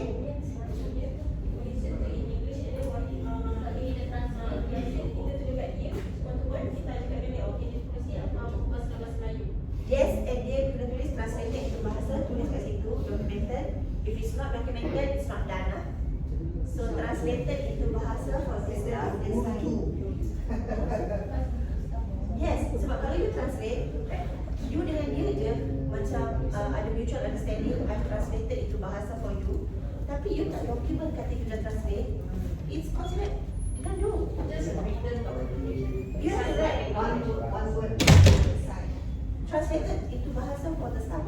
Or the acknowledgement. Yes, correct. So you have to have, you can also write one-to-one session with this particular staff when sign off lah.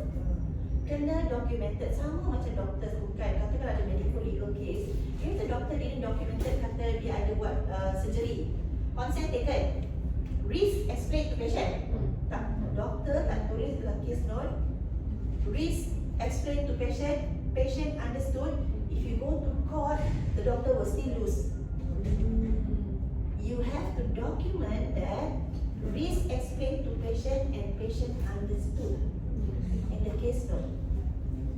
Even if they sign the consent, isn't it? Yes. Even Even when they sign the consent. Yeah. You're doing that for physio, is it? Consent taken totally from patient. Every subjective assessment is totally the same. This will safeguard the doctor. But sometimes the doctor, dia macam nak cepat, right? So they don't do this. Nobody wants to be in this situation lah. Tapi when it happens, memang susah lah. We have no choice but to do it. Okay? Some doctors now they are very conscious about this swimming thing. So they are quite determined to put this down. But now ongoing also we have a case when the doctor has actually not written this part and consent, author consent from written all the risks and complications. Patient signs. Now patient is saying patient doesn't understand what's written on the consent form. And judges, they are not doctors, they are not clinical people. Because they are putting themselves into the patient's shoes. If I were the patient, I wouldn't understand this as well. So the judges, not going to cite the doctors, not going to cite the hospital. The judges are going to be with the patient. They're going to be on the patient's side. You understand? Yeah. So we always have to think, you know, when we have our cases, right? Judges are not on our side. Judges are not clinical people and they will always put themselves into the patient's shoes, not into our shoes. So that's why you akan tengok banyak-banyak kes sekarang ni yang patient sue boleh menang banyak millions. It's very easy. Lagi-lagi kalau cases tu involve infants, babies, dia tengok terus sedih. Macam tu, terus okay lagi. Can go up to millions lah. Yeah, we have to be careful. Alright? Okay, approval matrix. Okay, so this is for clinical document. I've already explained. The division head, for example, can sign. Sometimes you use the word medical director. Okay, I think for Sena Singamat, you are the medical director. Tapi your medical director don't have this role, tak payah. You don't have to make him as the approver. It's only Dr. Shafi sekarang. PIC lah. Yeah, PIC. Alright, just pakai PIC saja. Some hospital have medical director and PIC. And PIC tak nak buat kerja. PIC tak nak buat kerja, medical director tak. So we still allow. Tapi PIC kena bagi letter of assignment to the medical director to say that I am delegating my task to this person to sign off the policies. Kita tak nak macam tu. Kita ada PIC, Dr. Shafi is very nice. You all are very lucky to have him.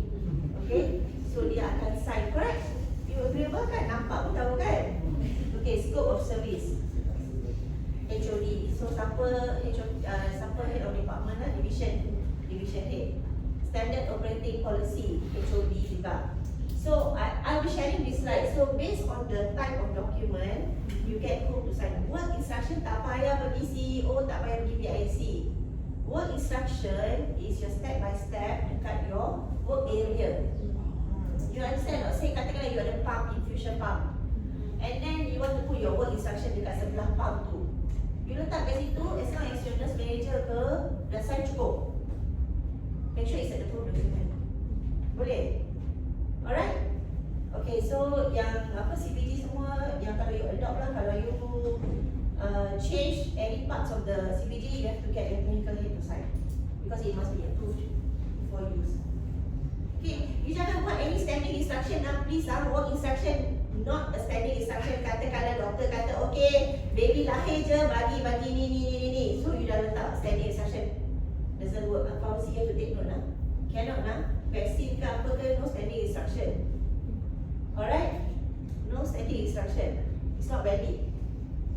It's not valid to kata, oh already it's a standing instruction when baby lahir je bagi je hepatitis B, vitamin K, whatever.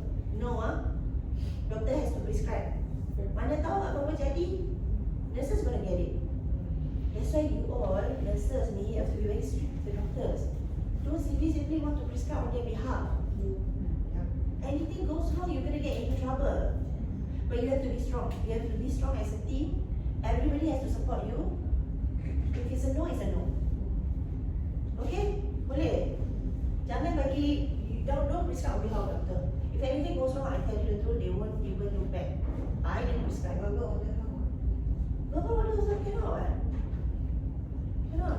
But as long as it's signed off within 24 hours, you're still allowed. Because you have a policy to say, verbal order, tapi jangan verbal order balik.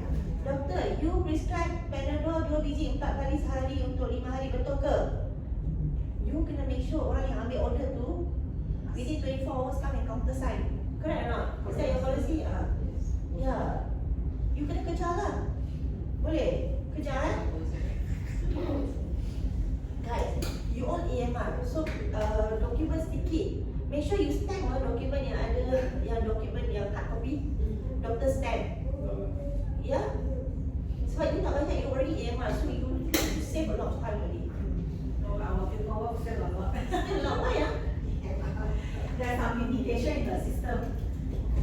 EMR tapi paperwork juga kan? Everybody is the same thing. If let's say like dilution of medication, is it fall under CPG, clinical pathway, clinical protocol? Dilution of CPG is Dilution of medication. no. There's no CPG what? There's no CPG what? That one is a protocol.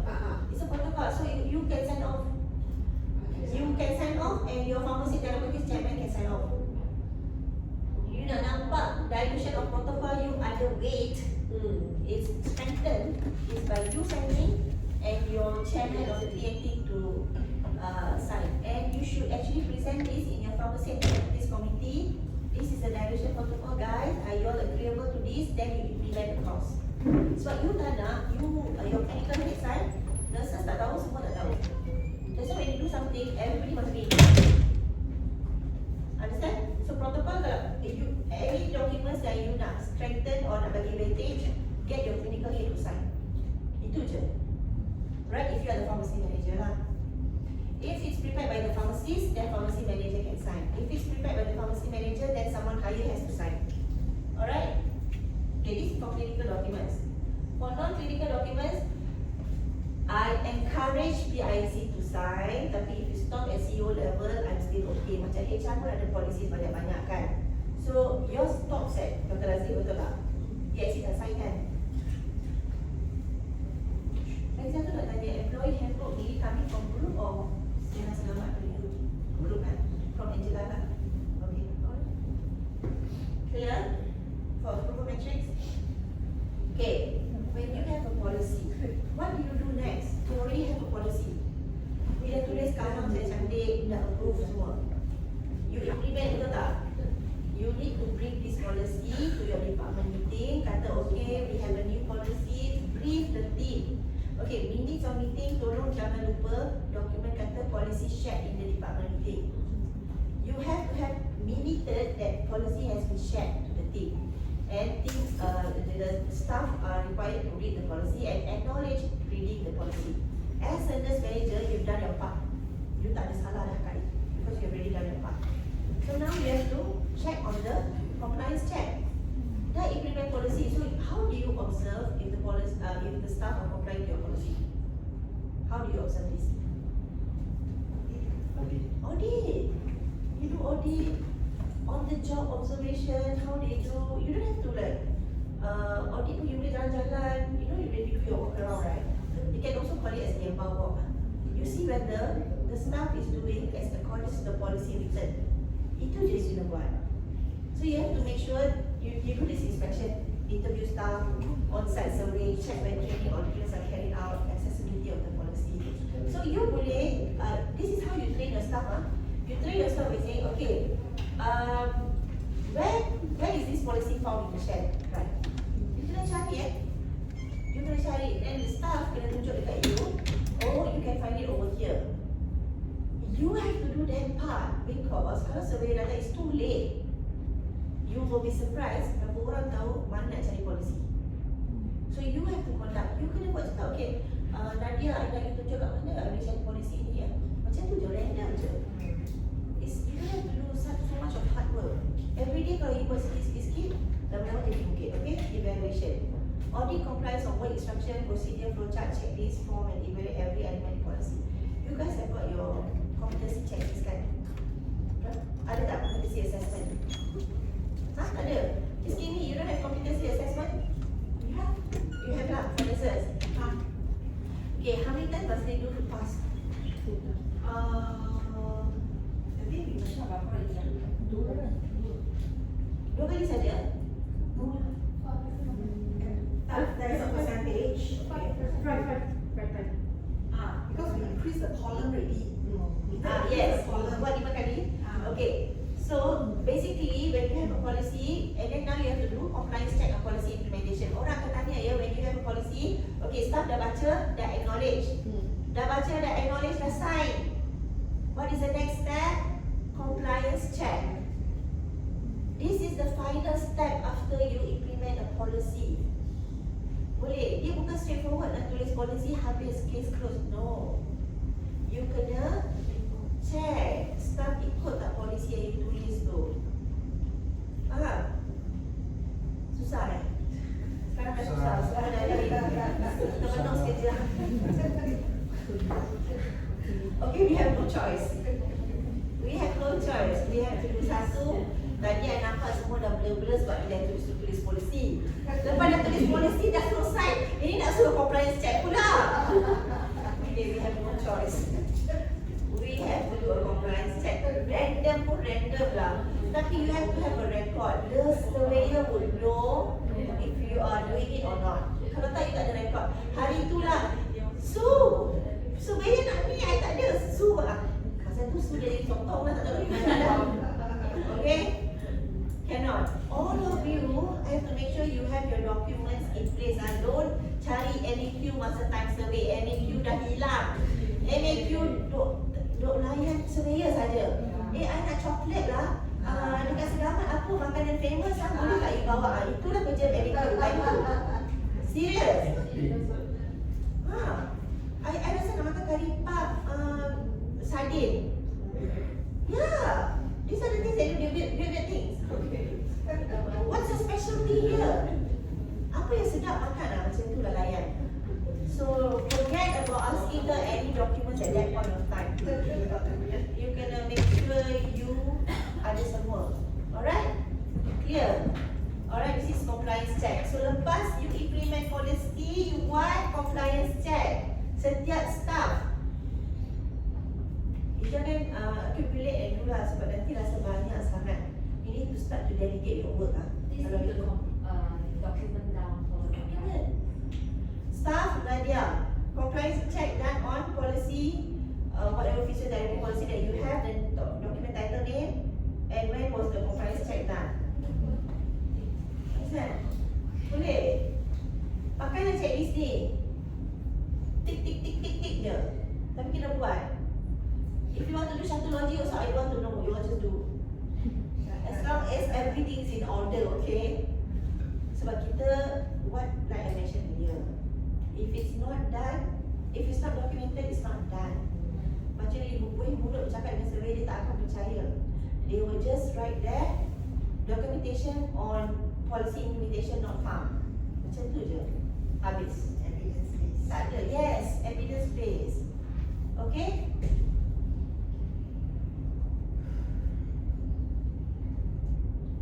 Right, challenges. Not sure who should review the policies. Have you been in this situation before? Especially nurses lah kot. ED kata pharmacy, pharmacy kata ED. Have you been in this situation? Who should review the policy? Okay, clear cut is who would be responsible if something happens. Basically, that is the rule of thumb. Who will the CEO find if something happens to the patient. So that person is responsible to review the policy. Okay? For example, mortuary under whom? So siapa kena review? EDMO. Nurse manager.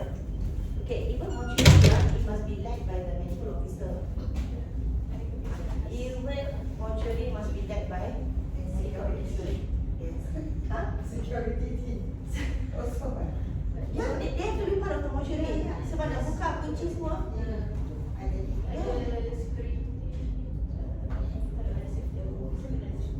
Where's your control room?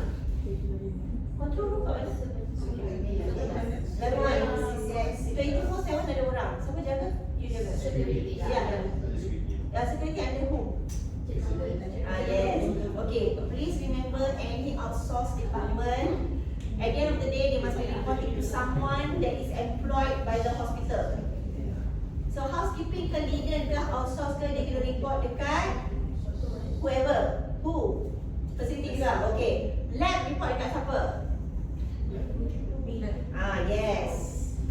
Any outsourced department must be reporting to someone employed by the hospital. Dia tak boleh independent terus ke mana-mana hala. Okay? Most process owners put not applicable in section 14. Okay, I already mentioned we have to put someone. The process owner failed to communicate critical policies that were needed to be shared with hospital staff. So these are some of the challenges that we have identified during the survey. There is no mechanism in place to keep track of expiring policies. So that's why, apa kata kalau each department what tracking policies to and email Sue? Can you do that so that she can consolidate? Can we do that? Whatever policies, jangan malu-malu kata kalau department you satu polisi dia lagi submit kat dia. Boleh. Then we know what are our gaps. It's not that I don't have policy to share. I don't know what you have and what you don't have. That is the problem here. Okay? And you also kadang you also don't know what you don't have. Could be that? Yes. Boleh. Okay, Miss Kimi, we need to have a plan for your nursing staff. Policy, you show me the list and I will tell you, hey, what about these policies that you tak ada? actually I have the master list for Yes. this. I can share with you the master list. So siapa-siapa department yang tak tahu polisi apa you kena ada dan tak ada tu, you can just submit first the list. From the document you boleh tahu kan bila expiry semua. Then kita akan tahu apa lagi nak add on policies. Boleh, we pass to Sue consolidate So your that's master list. The list only, yeah? The list only. Yes, the list. And when you pass the list already, then I have to have access to shared drive too, so that I can help her to identify the expiry. This is the problem. You kena bagi access lah. So if you can do, well and good. But if you can't, I will help you. So at least kita start dengan saya sekarang because bentuk is going to open soon. Of course it's not your problem, but it's going to be my problem. We have to settle you before I busy kat sana. Okay? Okay, basic requirements of a document author. Plan, teach, implement, check, review, improve. Boleh?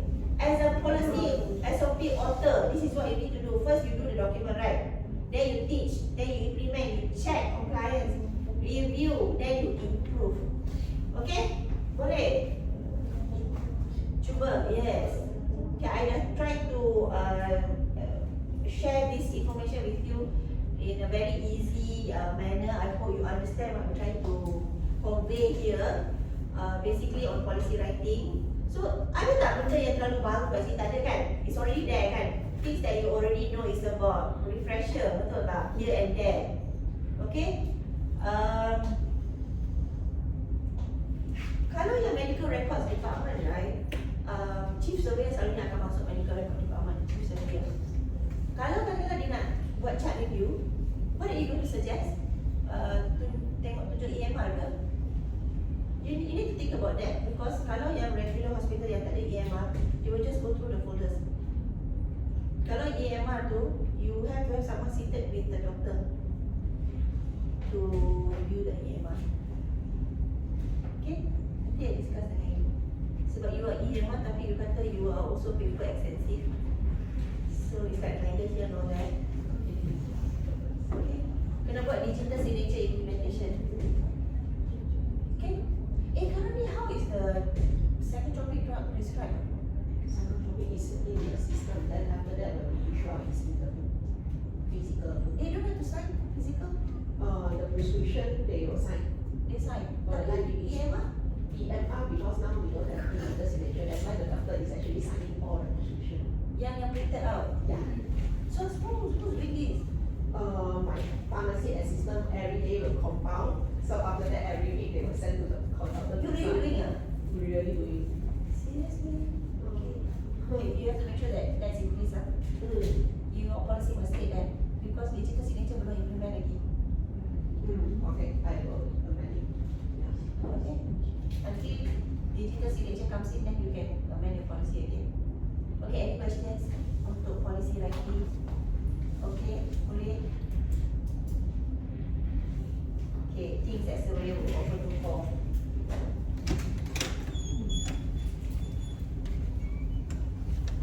Okay, policy discussing MKCs are coming in community. I told you earlier, I think this is already action number 3. It says here, because you haven't established a medical records committee, I think the next thing we need to do is to establish a medical records committee. Boleh? We have to work together, medical records committee. Okay, make sure your policy, katakanlah medical dan surgical, your clinical head is also part of your review team. Faham? Katakanlah your maternity punya policy, your labor room punya policy, your clinical head must also sign off the policy. You are one step higher because you cannot do a policy when they are the clinical heads and they are not involved in the policy writing. Understand? Generally, with the service excellence policy, right, especially on the patient family rights, you get a somebody to sign. You will hold a lot of weightage. Okay, make sure surgical department, your clinical head kena sign, your medical department, your clinical head kena sign, your labor room maternity girl, your clinical head kena sign. Alright, I think they are very happy to sign. They want to be involved. Boleh?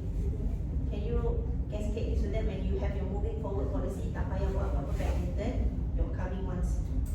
Get your clinical heads to sign. Okay, bila you purchase equipment pun, get your clinical heads to sign. Anything lah, when you conduct interview ke apa ke, basically they want the involvement of the clinical heads. Faham? Okay? On the, if I let's say the policy, like just now you show got 11, the subject, right? But previously our policy is only 6 or 7. So do we need to transfer all to the current now, the format that we show? Really? Moving forward. Moving forward. Unless that policy you need to review, then you change lah. That's the time that you change. That's why I don't want you to do double work, triple work. Moving forward punya, the one that you already have, just leave it as it is because I'm sure because you are a new hospital, you will keep on changing things. When you change things, you review, then you do this format, using this format. Okay? Policy is supposed to exist as okay, this one must be easily available. Point number 5. Policy owner will coordinate the training plan. Remind department head to review policy before expiry. Internal audit is performed on a yearly basis. Okay, don't wait for me to come and audit you. You need to do your own audits. Faham? Okay, please, you need to start to conduct your own audits. It can be a simple checklist. This is the audit that I have done. Tak apa, there's no wrong to it. Just don't wait for me to come and do the audits. Okay? Boleh? Do your own internal audits. So macam Miss Kimi tiba-tiba kata, okay, today I'm going to, I'll share you the list. I think I've shared you the list. That is the list that I'm going to use. You can share with all of them. You know that audit schedule that I shared with you for the year? Audit schedule, you share with all of them. You can share from now. That I'm not hiding anything. I'm going to come, you can prepare as much as you want. Okay? Okay? Okay?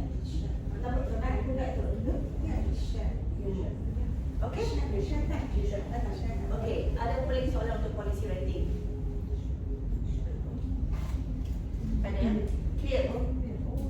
Alright? Okay, when you have a flow chart, you need to issue, okay, like you have the boxes.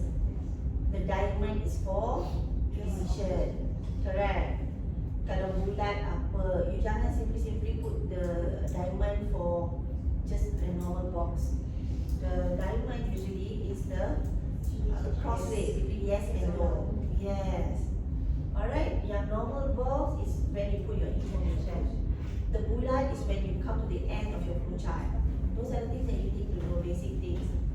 Okay, so benda ni is basic, but maybe we didn't realize that it has a meaning to it. Boleh? Yes or no kena habis ah. Kena ada N dekat bawah yes and kena ada N dekat bawah no. You cannot hanging the no macam tu je. What happens? You kena letak E and D N. Faham?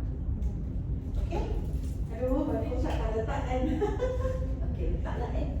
How does it end? N will be the circle. Is it? N is a circle. Oh, okay. Yeah. If you write just N without a circle, tak apa. How did you end your flowchart then? Something, right? Because I forgot something.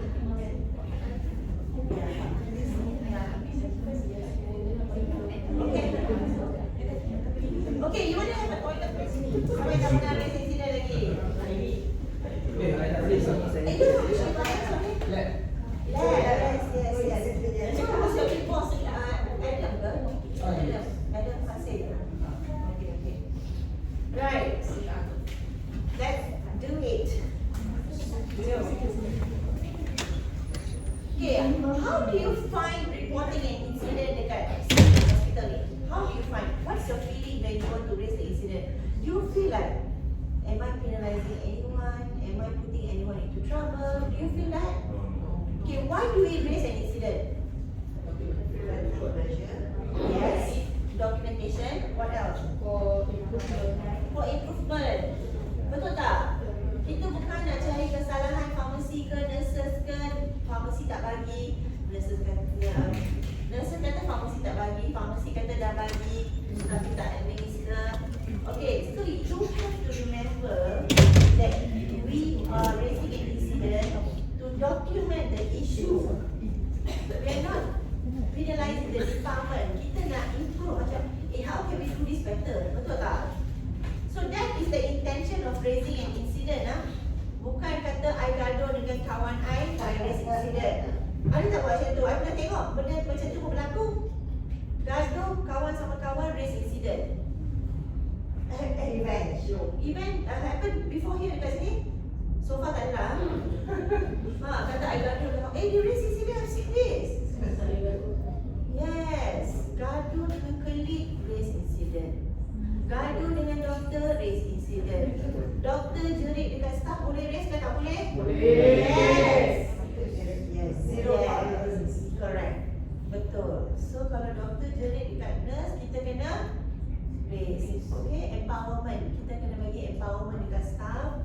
You must not be mistreated. Okay? Tapi you jangan jerit kat doktor pula lah. Fight me, I fight you back. Kan? Janganlah, doktor pun tak ramai kat sini. So they are all nice, right? Kan? They are all nice, kan? Okay. So, incident reporting objectives, types of incidents that you see, incident management flow, information required in incident form, risk metric, risk heat map, RCA template, and patient safety culture. Okay, before I move on, right, I nak tanya kat you. Anyone ada raise pakai form baru tak? Has anyone raised an incident pakai form baru? Okay, apa yang you nampak different? Dia punya foto tu kena masuk wajib. Wajib, okay lagi tahu. Kena ada attachment. Okay lagi? Lepas tu kena ada point, Ada point lagi?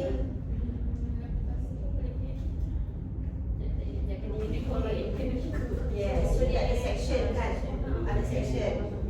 Sebab previous incident report, apa yang tak ada kat situ? Dia stop dekat KAPA, corrective action, preventive action. What it didn't have? Ada preventive action ada. Okay, dia tak ada closure. Macam mana kita nak close incident? You tak boleh raise an incident and benda tu hanging. So any incidents that you raise, you need to close the incident. Faham tak? You kena close. Lepas maksudnya you dah buat kapal, corrective action, preventive action, and then you have to make sure management is aware about it, which is our CEO and our PIC. They kena aware of the incident that has happened in the hospital.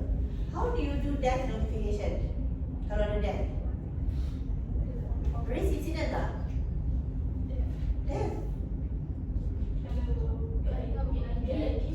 No, kalau death kat sini pun kena raise incident lah. Kalau ada death, Kalau ada DNA pun kena buat. you need to raise an incident. Okay, do not resuscitate.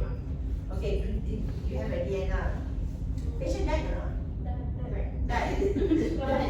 Okay, kejap. Patient kalau die, you need to escalate to your, katakanlah berlaku during office hours, you escalate to patient died.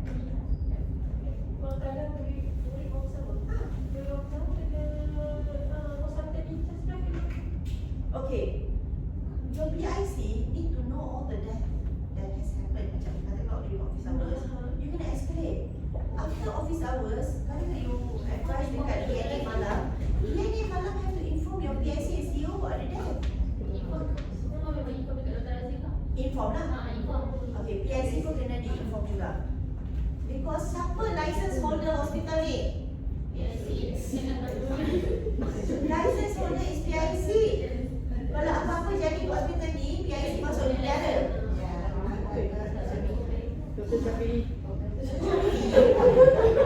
Dia license holder hospital ni. So any death,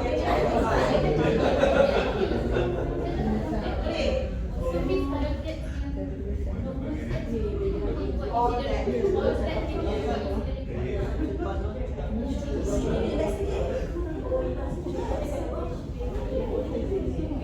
Yes. So you can identify excuse me, Azhar kan? Kena raise incident tak? Hey. Any death also have to be depending on the type of death.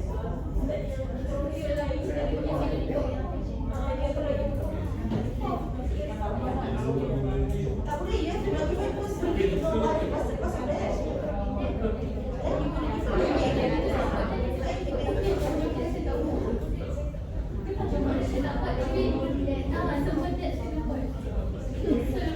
Then you can give a sebab kita kena investigate kenapa death tu berlaku. You understand? Kalau it's a normal passing, it's okay. That means okay lah, natural death. You kena note kat situ, it's a natural death. Ke whatever lah, family requested for patient to pass on to the hospital, whatever. Tapi you kena just note, sebab kita nak tahu kenapa death tu, cause of death. Yeah. And how is medical record notified kalau ada death? You akan tahu kan? Yes. So you need to notify all that. Natural ke tak natural ke whatever lah, BID ke. Okay. Tak, kan selalu private hospital tak nak death lah. They will say put that.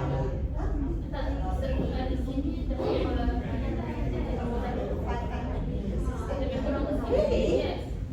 Okay. Once the patient has passed away, what happens to the body? Since you brought up this thing, satu you kena raise incident lah. Okay, now you know. Okay, what happened? Where do you put the body?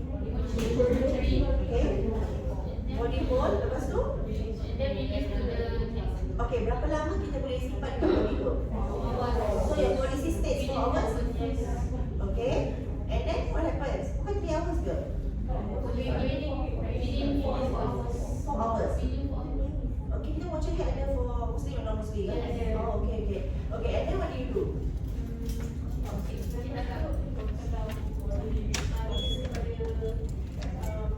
Within 4 hours.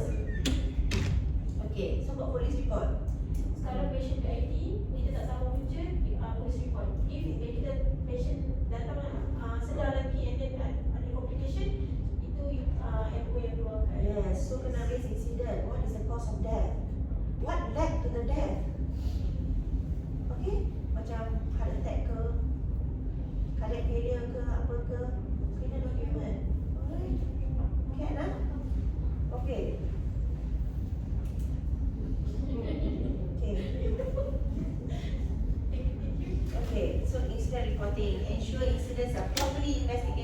complete RCA when required and adequate remedial measures.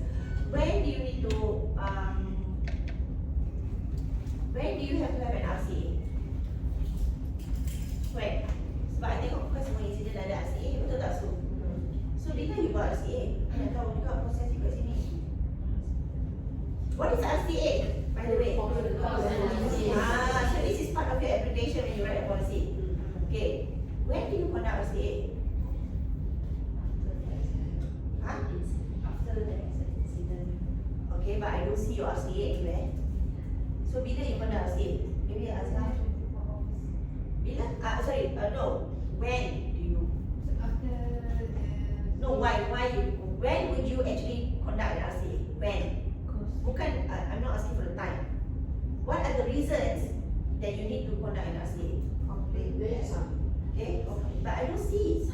So, what is the hospital policy when you should raise an RCA?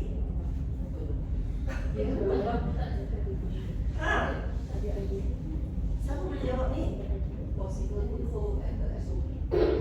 Yeah, you need to have an RCA policy. You have an RCA policy? So that's why you don't know when to raise. Bila nak buat RCA, bila tak payah buat RCA. You need to do RCA when it's a repeated incident. Katakanlah patient asyik jatuh dekat medical ward, touch-wood. So you kena buat RCA. Kenapa? Apa hal ni? Patient asyik jatuh kat sini. What else reason? Repeated incident lagi. High risk. Lagi. Huh? Yes. So bila you buat RCA ni? Tak buat. Kena buat RCA. This is part of your MSP juga, accreditation ni kena buat RCA. Kalau equipment, asyik equipment sama je asyik fail. Kena buat RCA. So these are all the reasons why you need to conduct RCA. Kalau medication error, staff yang sama buat medication error, kena buat RCA. Ataupun ubat yang sama je asyik error, kena buat RCA. Maybe you shouldn't put the medication here, maybe look alike. You need to know the reason why you need to conduct RCA. So far I nampak insiden semua tak ada RCA. Yang ada RCA tu yang mana yang kena escalate je kan, yang kita minta untuk di-highlightkan sekarang je. So Mr. Azhar kan, you are the educator, you kena buat RCA.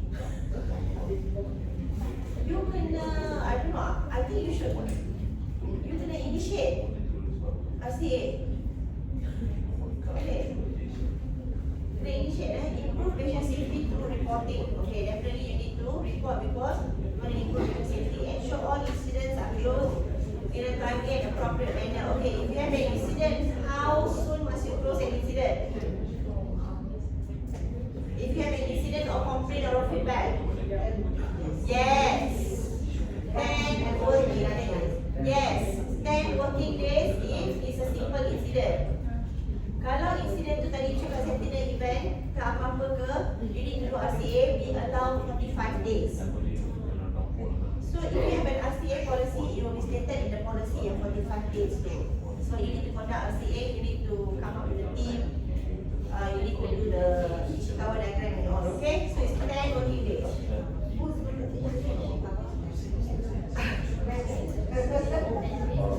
Okay, produce reports for training purposes for the relevant communities and hospital management. Notify insurance for all potential medical legal incidents. Okay, apa insurance ni? Apa insurance ni? Apa insurance? Okay, insurance ni, when you have a clinical incident yang tiba-tiba akan disu oleh patient. So patient sue, katakan dapat surat lawyer, dia sue kita 1 juta. That's a lot of money, hospital cannot come out with 1 million. So kita punya insurer is a lawyer, legal firm. So kita ada legal firm ni, this is our insurance. So kita, hospital kalau ada medical legal case, escalate kat I akan escalate untuk notify kita punya insurer, kata ada possible claim for this much. So you all kena alert tau benda-benda macam ni, nurses lah. Kalau ada komplain yang memang high risk, yang akan ada potential medical legal, kena escalate. These are our red flags yang you akan nampak macam okay, patient akan sue dalam kes ni. This is when kita kena notify insurer. Kalau you nak expect sana sedamat besar ni nak bayar 1 juta macam mana? Tutuplah hospital. So this is insurer. Faham? Insurer is macam kita beli insurance, kita masuk hospital, insurance bayar kan? Yes. So insurer ni is the one that's going to pay. So kita kena bercakap sesama sendiri so that insurer will be notified. Katakanlah insiden tu berlaku tahun lepas, and then you tak realise it's a potential medical legal. Tahun ni you dapat surat, you nak notify insurer, insurer tak akan bayar untuk last year punya. So you kena cepat bahagian ni. Don't put your hospital in trouble in that manner because it's last year's policy how you manage the case. This year, policy akan by year. I can only briefly explain to you because it's going to be very complicated. So here ada 2025 punya policy, amount ni untuk allocation. 2026 policy ni amount ni allocation.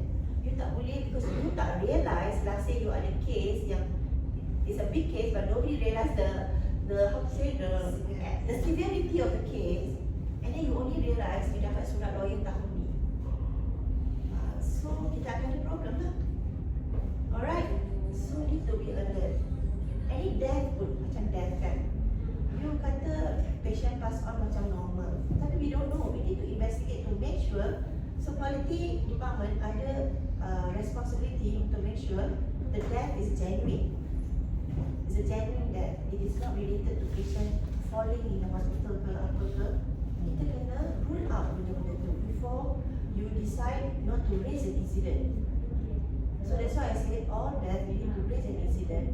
Then any you are the responsibility to make sure that the incident, okay, we can close the incident as a normal passing. Boleh? Alright? Okay, sekarang ni you guys are doing really well. Sekarang ni kita nak escalate, kita kena betulkan cara kita buat kerja sahaja macam here and there. Everything is already there. It's fine tuning of what you are doing. Betul? Okay? What is an incident? Any event that causes or cause harm to patients, staff or hospital. So these are the types of incidents. Clinical incidents, near misses are also incidents. Please report near misses as well. And then you've got staff injury, equipment failure, medication error. What else? It's actually every other thing lah. Patient jatuh dekat kampak pun involve kita need to report juga. Patient snatch stick dekat luar hospital kadang is yes, we need to raise an incident. Alright, so everything under the sky lah basically we kena raise an incident. Boleh faham kan? Okay, classification of incidents. Patient safety event kita ada 4 lah basically. Hazardous, near miss, no harm event dengan adverse event. So hazardous tu a hazardous condition, a circumstances other than the patient's own disease process or condition that increases the probability of an adverse event. So kita tahu patient sakit, lepas tu kita tahu ada potensi untuk sesuatu berlaku dekat patient. So that is hazardous. It can be near miss juga. Kalau patient tu high risk untuk fall, can be hazardous juga. Okay, so yang ni semua dia interrelated definition dia. Is tak payah crack your head to understand what is hazardous, what is near miss, what is no harm event, what is adverse event. Even near miss dan no harm, these are the definition memang by WHO. I'm not making this up, tapi dia memang macam interrelated. No harm event dengan near miss lebih kurang kan? Near miss sebelum benda tu jadi. Betul tak? Kadang-kadang pharmacy disguise medication, wrong medication, tapi nurses detect sebelum bagi dekat patient. That is a near miss. Boleh? Okay, no harm event.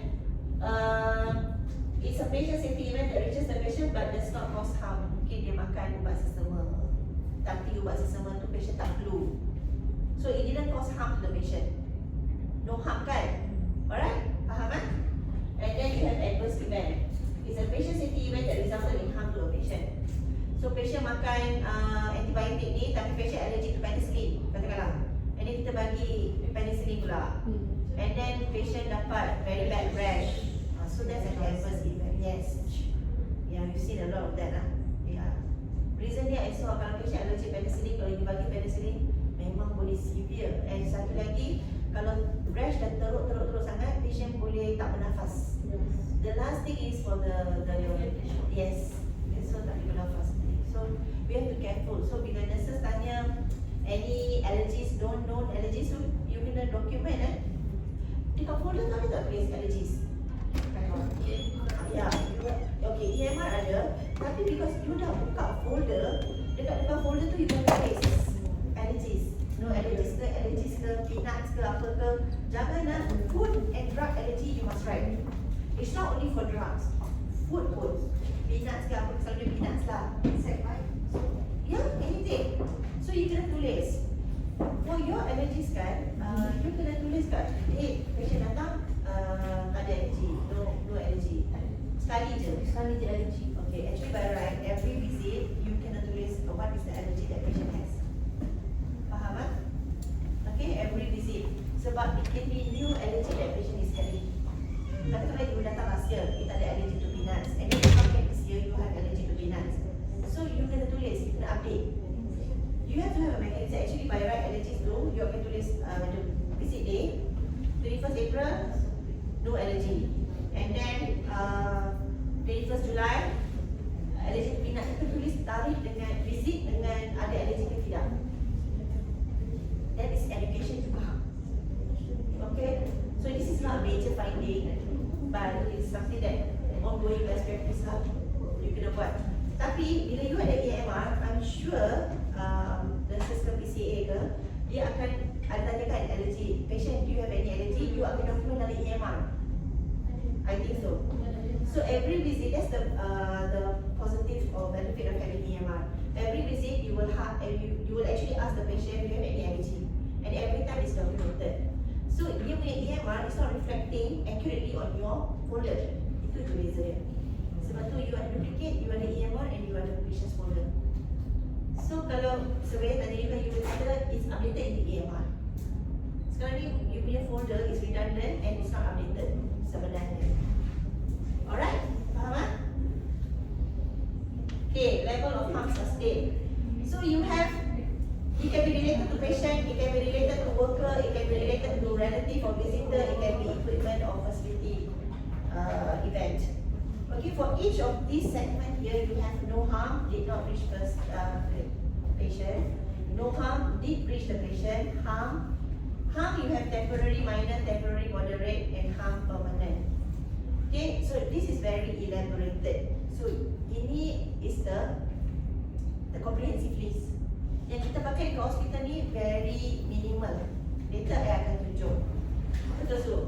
Yang you ada yang miss, no harm, adalah a few 5 categories I think.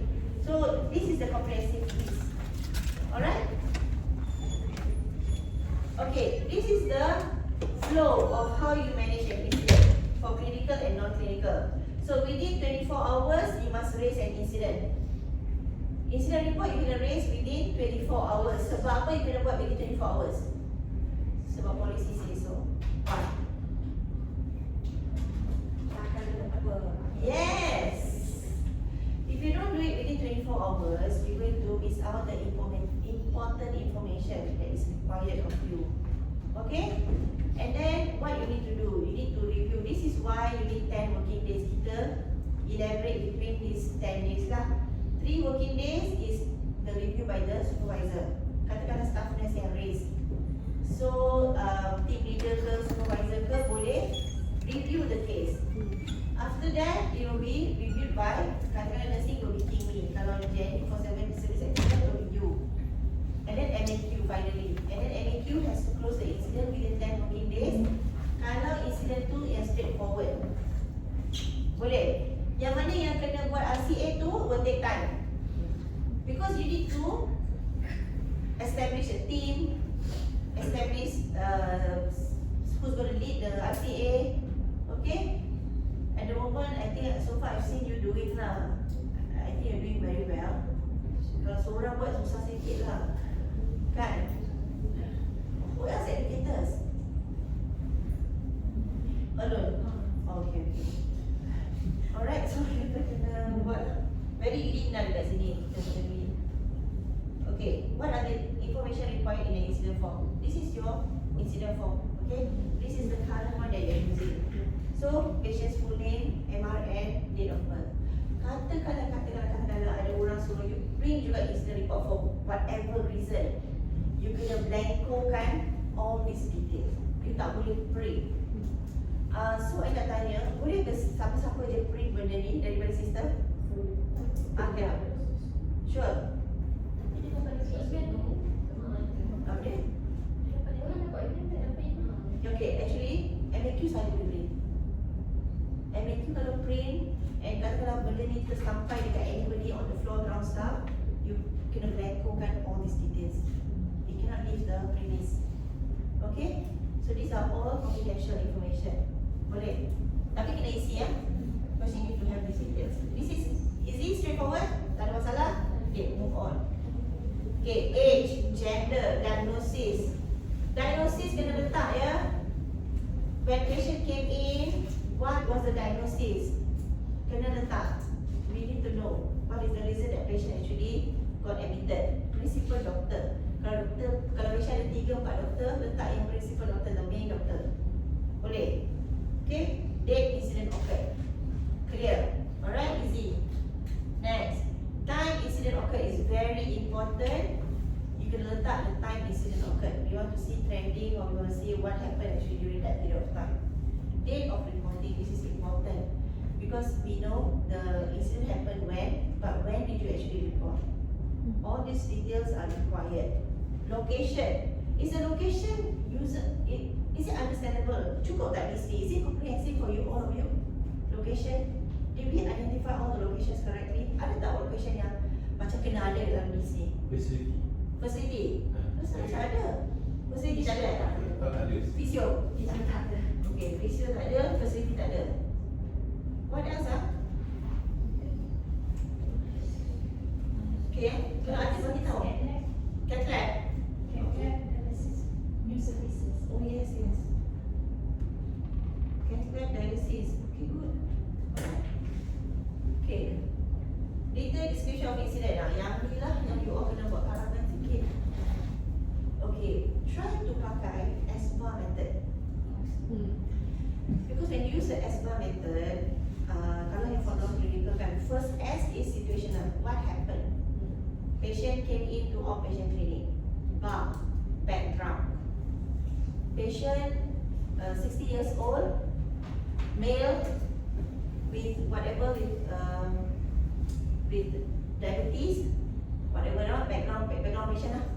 And then what is A? Assessment. So when you assess, what did you see on the patient? And the R is result. What recommendation? What is the recommendation? So if you use the ESBA method, at least you tak adalah huru-hara sangat mana apa yang nak tulis. Boleh? Kalau ESBA method, situational, background patient, what you assess on the patient, and the result or recommendation. Okay? Recommendation is patient was admitted under Dr. Liang for further investigation. That is recommendation. That's it. You can write in that manner lah kalau ini membantu. So kalau tak, I takut you all tulis macam there's no start and there's no ending. Betul tak? Alright? Clear? Okay. Level of injuries. This is the one, it's very similar to what I shared earlier, but we are using only these 5. Minor, minimal or temporary harm, and then it requires extra observation. Moderate, require medical treatment or clinical intervention may prolong hospital stay. Severe life-threatening injury or injury causing permanent harm, disability, death. That's why I said death because the race incident. And no injury, so macam no harm lah to the patient. Lebih kurang, tapi kita pakai istilah ni because just stick to this because we dah familiar dengan ni. Clear? Okay, yes. Just now regarding the incident report. Okay. What if the incident happened not to the patient but to the staff? How we have to fill up the form? Okay, for your current system kan, your staff name will become the patient. Yes. For your system that you have. For So MRA, management you can choose staff for yang. MRA number, Yes. identity, Okay, kalau staff kan, okay, what is the start. staff jatuh ke apa? Jatuh ke? So jatuh kan, staff pergi jumpa doktor kan? Dia akan ada MRN kan lepas dia register. So that staff will become a patient. What if the staff don't want to go and see a doctor? Then why you want to raise incident? Masih kita mah. You can still raise an incident. But you just anggap the staff as the patient. Kalau kalau tak ada MRA number, can we use the Dia ID? doktor tu. IC? IC lah. You put IC because when we investigate we will know. Because you know why? We are using a very manual system. Kalau you ada sistem yang kita dah set up semua ni, when you choose staff, dia akan keluar populated dengan benda lain. Because now we are very manual, so you anggap the staff tu patient. If the staff doesn't have an MRN, tak pernah register dekat hospital ni, you pakai je IC number. Boleh? How about like when we are having issue with IT or any like system? Ada, we have added actually. We have added downtime. We have added. Ada dua lagi kot, sistem downtime dengan some equipment failure. Oh. We have added. Okay? Can ah? Okay, category of incident. Ini akhir AOR for medication error, facility, communication, IT network incident, system application. Of course, lately I think banyak put wide. Yeah, I think they are thinking of changing system. But I don't know how fast this can be done. Type of incident, whether it's an actual or a near miss. It's very important that you identify whether it's an actual event or a near miss. Add picture. Sekarang compulsory add picture. Can you skip this or you can't?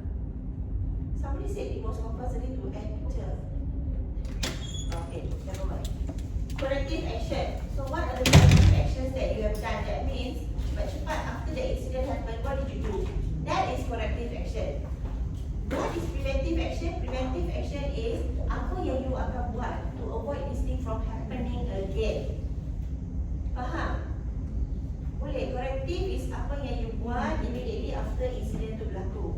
So you remove patient from whatever, from the floor ke apa ke whatever lah that you done. Preventive is fall incident. Apa yang you buat preventive?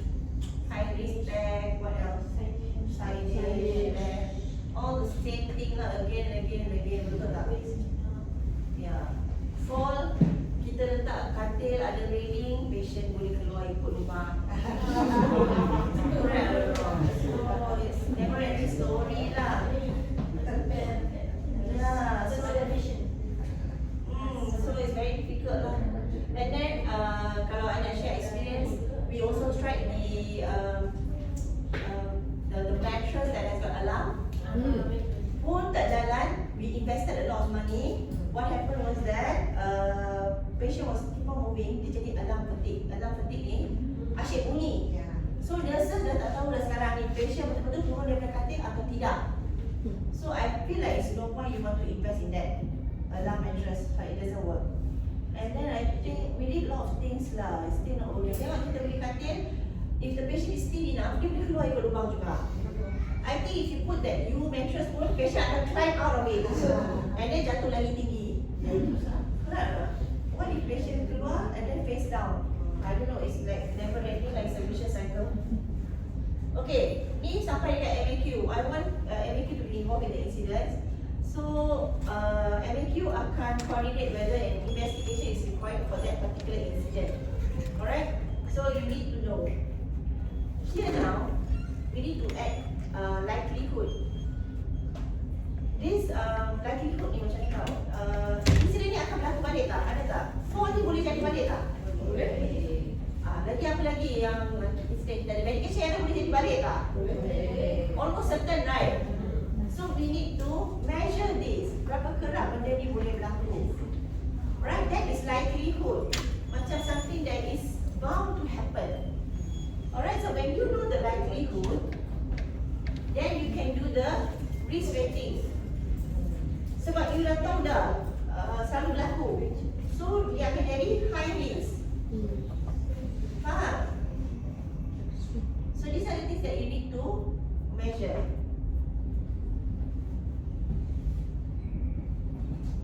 Low, moderate, high, extreme. Nanti I explain kat you all which part is to make you understand better. Then root cause analysis. You see, this system is a one-liner. I don't know how you're going to put all your contributing factors, your root cause analysis. So you need to have a separate Ishikawa diagram yang fishbone tu, yang you identify semua causes tu. When you have finished that, then only you can put over here. You understand or not? Kalau tak, you just identify whatever causes that you have identified. Like why did the patient fall? Is it because patient was given medication that can cause drowsiness? Or patient didn't call nurses untuk pergi toilet. Kadang with the caregiver in the room pun patient boleh jatuh. Okay? We've seen cases yang patient tak nak bayar bil sebab dia kata dia jatuh sebab kita tak tolong patient walaupun anak dia dalam bilik. Betul tak? So you need to balance this up lah. Boleh faham lah contributing factors is apa yang menyebabkan patient jatuh. Contributing factors. Closure status kita dah tambah. So MAQ akan decide insiden tu dah ke mana dah sekarang ni. Kalau boleh close. Tapi kalau hantar dekat Dr. Razif untuk review, you kena pilih lah. So yang ni MAQ yang akan buat. Boleh? Alright? MAQ akan tik benda ni. And then comment by CEO, CEO. Okay, every incident management kena tengok.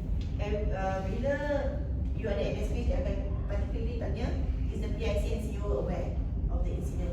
You tak boleh ada patient fall, tapi kita memang bagi beritahu kat PIC and CEO, tapi kita tak document yang kita dah bagi tahu dekat dia.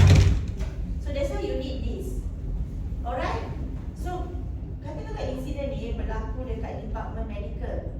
Bila nak survey, team medical misu ni dia kena bagi insiden report tu siap-siap dekat you all. Sebab hari tu you tak boleh cari dia untuk minta insiden tu. So you kena proactively tanya dekat NAQ, I have this incident that has happened. I need this incident because nanti I nak share dengan surveyor. I'm telling you this because I remember to tell you now. But if I don't tell, then you won't do. So katakanlah medical, you simpan siap-siap you punya medical, you punya incident tu dekat department you untuk share dengan surveyor nanti. You understand what I'm saying? Yeah, you punya copy. Sebab only NAQ yang boleh print. No other department should print this because I don't want this to be flying around. Because you ada patient details semua dekat situ. Alright? Ada puan soalan?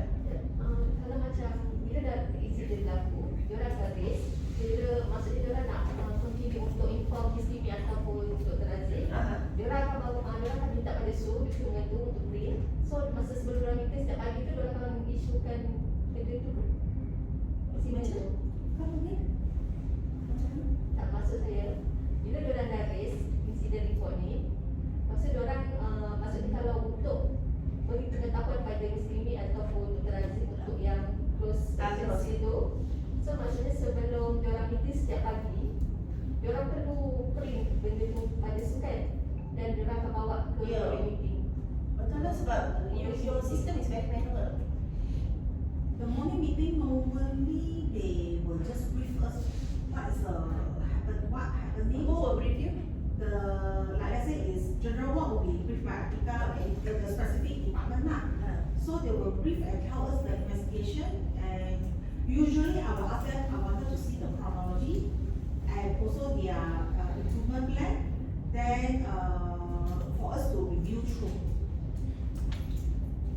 and root cause, yeah, and RCA also lah. RCA you conduct? No. You don't conduct. Yeah, I think this is lacking. So we need to start to conduct RCA for certain types of incidents like repeated incidents, you know, the same incident happening again and again, high risk incidents, sentinel events. What kind of falls that you need to report to MOH? Are there falls that you need to report to MOH? Siapa yang dah lama will know. What kind of falls you need to report to MOH? Injury. Yes, yang injury, yang ada bleeding, you need to report. Yang ada fracture, you can report. You have to start to report to MOH these things, you know. Death under 5 years old, you need to report. fall, yang ada fracture, yang ada intracranial bleeding kena report dekat MOH. Kalau ada cath lab, sekarang ada cath lab. Kalau ada on the table punya death, kena notify MOH. All these things, I haven't trained you guys on that. So yang tu memang separate session. Sebab itu sentinel event, serious reportable event, accessible death, all that you need to know lah when to report to MOH. Sebab if MOH find out from the patient, okay, patient kan kalau tak happy dengan service you, what can they do? Okay, complain satu. This is at your level, complain, fine. What else can they do higher? Pergi report kat mana? KKM, C-Care, MNC. Yes, and the best thing is, or the worst thing that can happen to us is C-Care coming here, unannounced, and asking you, where is the report for this? You didn't report, you didn't document this, and they are coming to investigate. You can get that. You don't want to be in that position. That's why you need to report all these incidents. Okay, what I see positive now is that you guys are reporting really well. I nampak satu bulan you ada 30 lebih incident.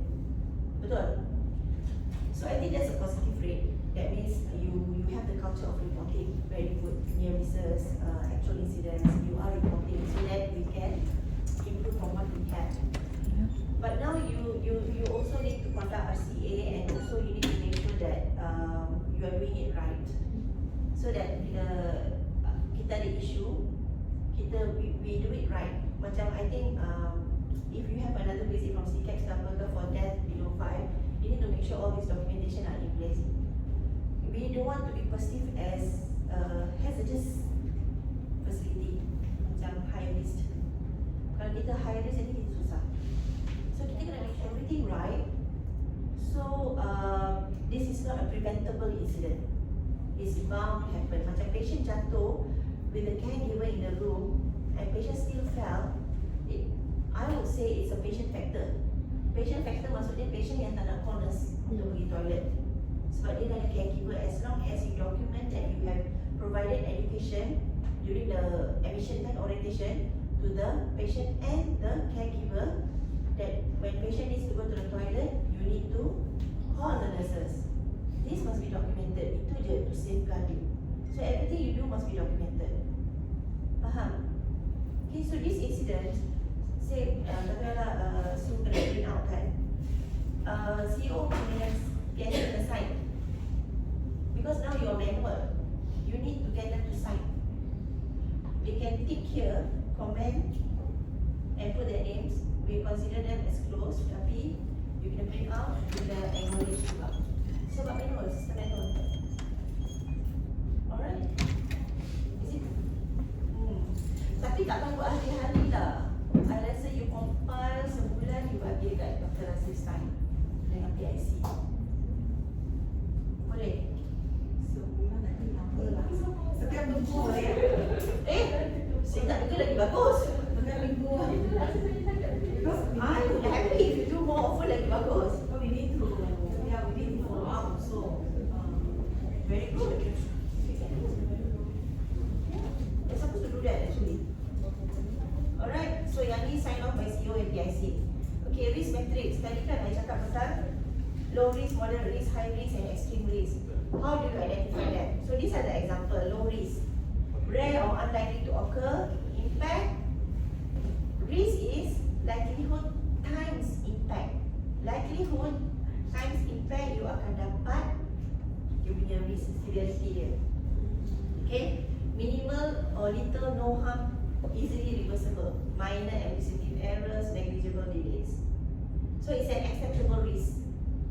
Alright, so you just monitor the patient. Mungkin delay risk macam patient kena ambil ubat pukul 1 PM and then kita bagi patient 1:30 PM. So it's negligible. Okay, as long as you keep the patient. This is an example. Okay, kalau you all ada something that is burning in your head macam scenario, you can ask me. Moderate risk, likelihood possible or occasional. Impact, noticeable but manageable, short-term disruption or minor harm. Temporary service disruption, minor patient dissatisfaction, and your action is mitigation required, managed at department level. So it's not moderate. Okay, temporary service disruption. Worldwide, patient tunggu lama. You can consider moderate risk is also reputational risk. So maksudnya hospital is slow lah. Correct? Would you consider as moderate risk? It's very grey line lah here. Moderate ke, minor ke, it's not cast in stone. You boleh fikir je. High risk, likely or frequent. Dia punya tendency to happen is selalu. Okay, impact significant serious harm, operational disruption or legal exposure. Clinical errors causing patient harm, data breach, repeated incident. Action immediate mitigation required, escalate to senior management. Okay, the one that ready to escalate to CEO ke, PIC ke, this is considered high risk. Betul? Okay? And then your extreme risk, almost certain to happen. Impact severity, severe or catastrophic, death, permanent harm. Kalau kita buat surgery dekat patient, then suddenly patient cannot walk after that. So itu extreme lah. Senang kan, itu extreme. Tak payah, you don't have to think. Kalau kita cause any what do you call, permanent harm to patient, is extreme risk. Alright, boleh. This is risk matrix. Risk matrix is likelihood kali dengan impact. Likelihood is how frequent benda tu boleh jadi. Impact is betapa how the severe lah, severity is impact. That is risk. Okay, this is risk matrix. So kita ada low, moderate, high and extreme. This is apa yang saya nak selamatkan. Alright? Okay, so I put this as a color. Green is low, yellow is moderate, high is orange, extreme is red. So I bagi you example, I will tip lah. In clinical setting, anything involve patient harm, especially neonates or vulnerable patients, tends to escalate quickly to high or extreme, even if the likelihood is low. So katakanlah example baby extravasation, I bagi example real life lah. Is likelihood tu nak jadi tu very rare. Tapi sebab reputational and dia impactful, dia jadi high risk. Okay? Or can be extreme also. And if it's a legal and reputational impact lah. Alright? So these are the interpretation for you to look at it. And then I'm giving you the score range 1 to 3, 4 to 6, 8 to 12, 15 to 25. So you tengok kat sini ni. This is the risk heat map. Jangan pula orang tanya what is risk heat map, you all tak tahu apa-apa pasal heat map. This is a heat map. Nampak? If it's low, it's over here. If it's moderate, it's here. High and extreme. This is a heat map. So when you should start to have risk register at your own departments. Who knows what is a risk register? Risk register katakanlah pharmacy. What are your risks in your department? Medication error lagi. Then the fridge breakdown. So all this register means what? Register means a log kan. So you identify all the risks at your own areas. What department apa lagi kita ada? Labor room. What are the risks at labor room? Fall. Lagi apa? PPH. This is your risk that you need to identify. Have you all done your risk register? Huh? Wajib buat facilities not here. High rate ada tak? High rate. Facility side they will need to for risk register for the capital. Okay. High rate ada tak you all? Okay, give me what to do. You need to identify risk at your own areas.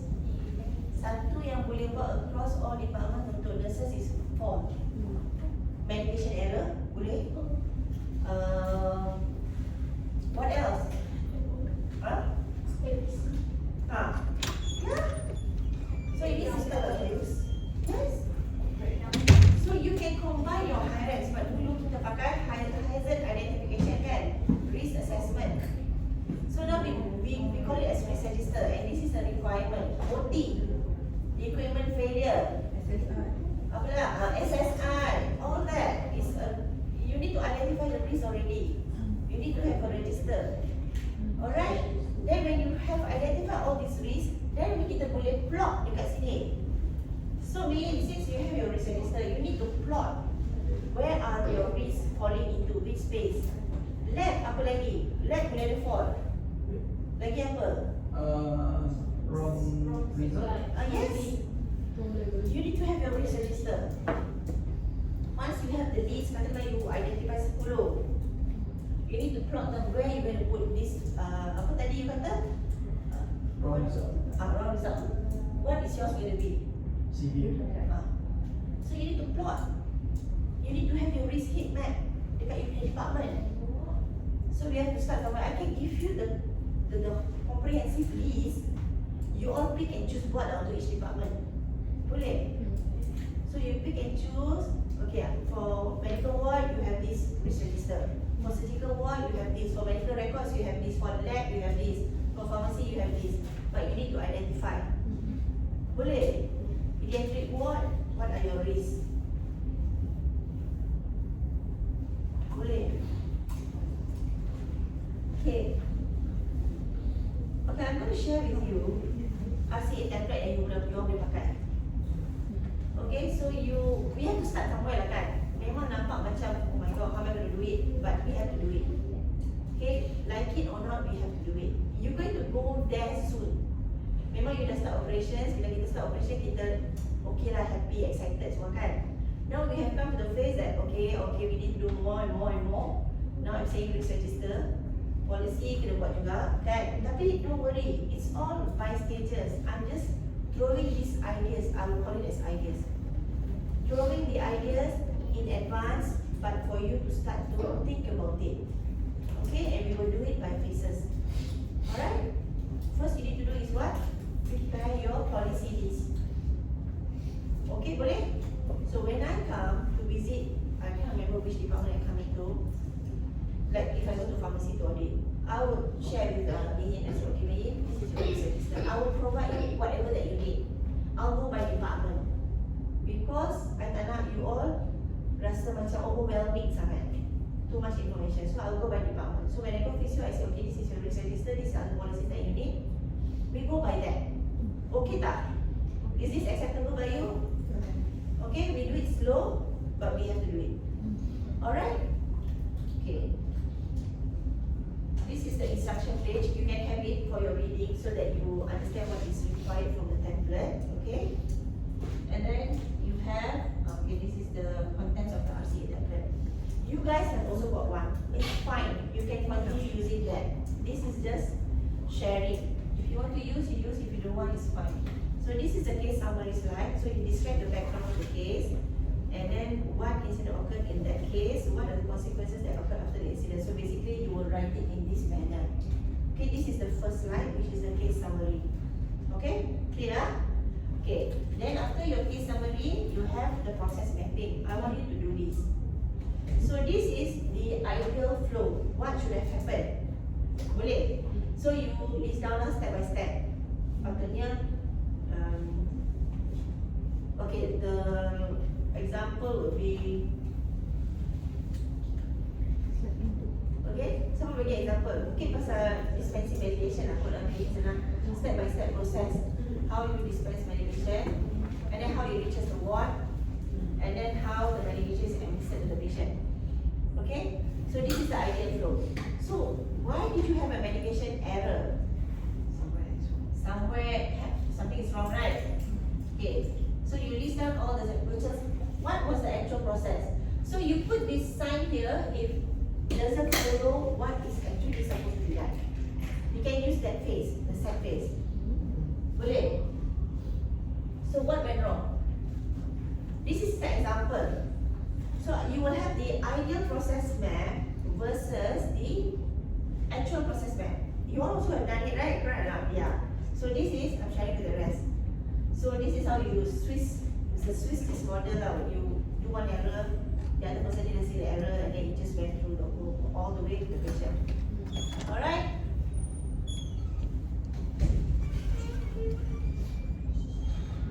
Is this clear? This is an example. So you all boleh pakai benda ni lah, okay? And read about Swiss test model. I think you know lah. So you identify the causes. Create a fishbone diagram or a causal tree diagram, whichever that is easier for you to do. Some people, these are all quality tools, yeah, guys. Actually, kalau nak cakap pasal quality tools is actually a different topic altogether. So ada banyak sangat selain daripada kita tahu fishbone sahaja. Sebenarnya there's a lot of other tools that you can use to identify your root causes. Kadang it's called the causal tree. It's the Ishikawa diagram. Lepas tu kita ada banyak lagi lah, actually banyak. Okay, 5 whys. Alright. This is an example. So this is the fishbone lah. So kepala is what happened. We are talking about patient 4. So this is the effect. So now you want to identify the causes. Okay, it's very important. Okay, kat sini tak ada arrow. All these arrows is going back. Quality tu pun ada cara buat arrow tu. Dia kena balik kepada backbone. So the arrow is actually going in. Tak ada screen pula.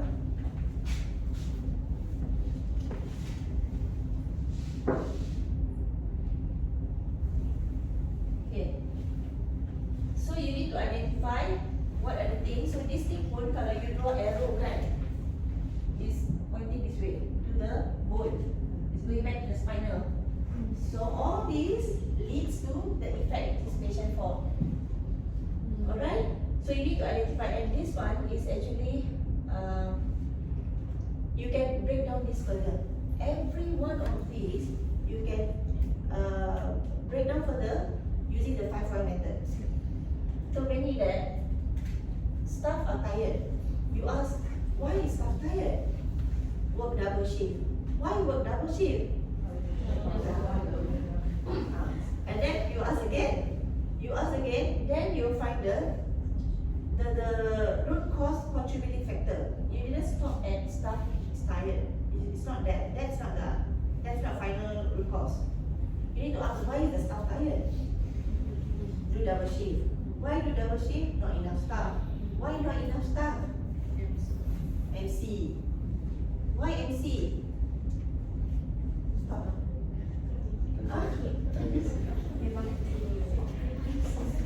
Staff tak admitted ke, staff whatever lah, maternity leave ke, you need to identify what is the root cause. Bukan, kalau tak, how you going to ask HR to, you going to justify HR to recruit? Kalau you tak cukup staff is because of NC or EL. How you going to justify that? Correct or not? So is this clear or not? So you need to identify all this. Alright, the elements you can put, you can use that lah, the manpower, resources, machine, all that, people, use that, the pillars lah. Can ah? This one is very superficial. You need to further break down. People, heavy workload. What do you mean by heavy workload? This is very superficial. Because not enough staff again. All will come back to not enough staff. So this one kena higher. All of you are feeling not enough staff, correct?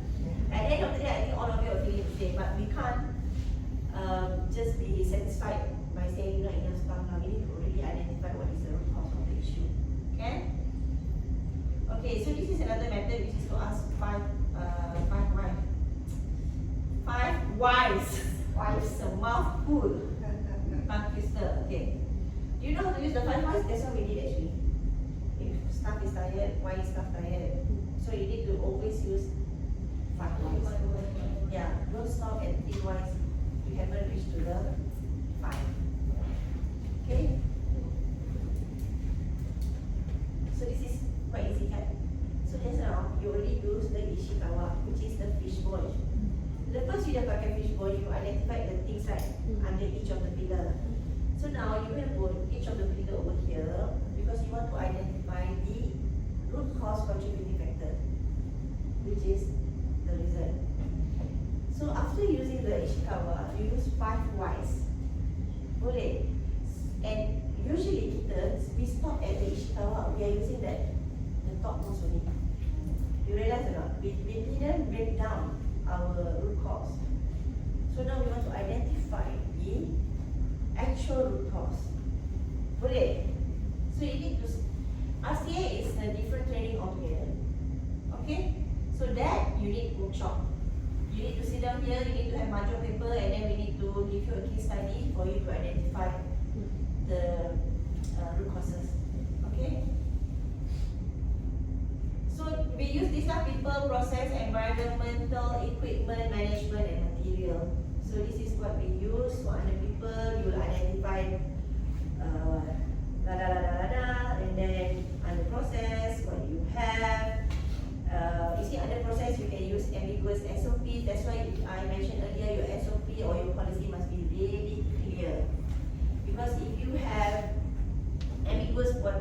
poorly, then the staff wouldn't understand what is the actual process.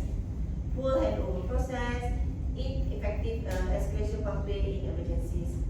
Okay, that's why it's very important for you to do code blue drills. So you know what happens during a drill. Correct? A lot of work lah. Banyak lah kerja. Okay, I training senang je, tapi you all nak balik buat a bit difficult lah, but have to do.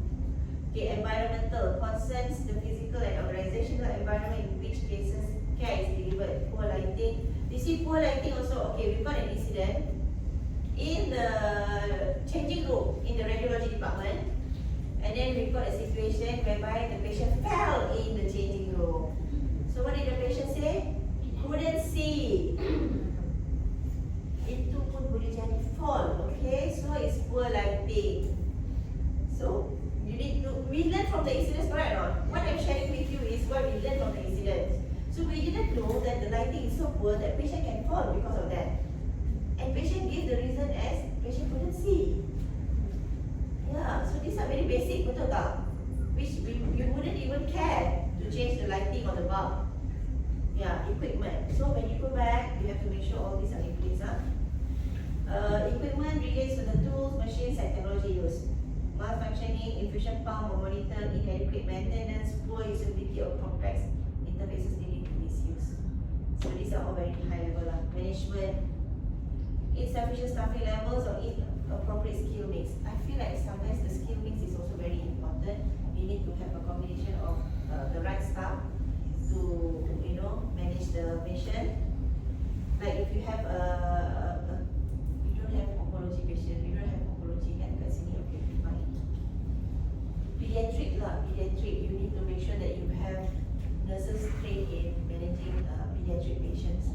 Right? If you don't have that service, if you don't have NICU, you don't pandai-pandai ambil patient what you call pregnant 36 weeks and below, because you don't have a NICU.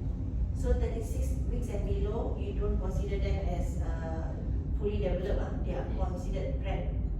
So jangan, you cannot deliver over here lah. 36 and below, what is your policy over here? 36 and below? Yeah, you cannot, you know. Betul tak? Okay. Yeah, so you cannot. Kalau baby delivered and then you don't have the facility or the equipment, then problem lah. Okay, material, wrong labeling of medication box, inadequate availability and defective or expired surgical supply. So these are all some of the examples that you can put in each of the arm of the Ishikawa diagram. Okay, then you need to further break down using your 5 whys method. Alright? Boleh? Okay, causal statement diagram. This is an example. I think I want you to use this. So this one here, it says here, this is your problem statement. Patient fell ill. Caused by what? Took wrong dose of prednisolone. Caused by what? Wrong dose of prednisolone dispense. And then further is caused by what? This is also almost like your 5 whys. But this is called the causal statement diagram. Causal statement or causal diagram. You want to find the reason as well. So why this one? Your effect is here. But what is the cause of this? So it can go this way or it can go this way. You realize or not? These are all the quality tools, but when you familiarize with the quality tool, you will know how it's used. So now you're also looking for the reason caused by what. So finally, you see that it's caused by prednisolone 5 and 50 mg often placed in reverse order or shelf. Example 50. This is like NASA. Okay? And then lack of medication with drug identification number. Pharmacist interrupted when checking medication. End of shift and no clinic. Those are the things that you can identify. Boleh? We come back to the same thing lah, I suppose. Siapa yang dah kerja lama akan tahu balik-balik you see the same reasoning. Correct or not? Alright, so for pharmacy, right, you have your internal quality assurance program. Internal. Yes, you do right. Between verification of the prescription, banking, so you have, okay, very good. So you have to have that because it's a high risk area, pharmacy. A lot of errors can happen anytime. Okay, how about your 4 cases here? How are you doing now? Is the flow good? 4.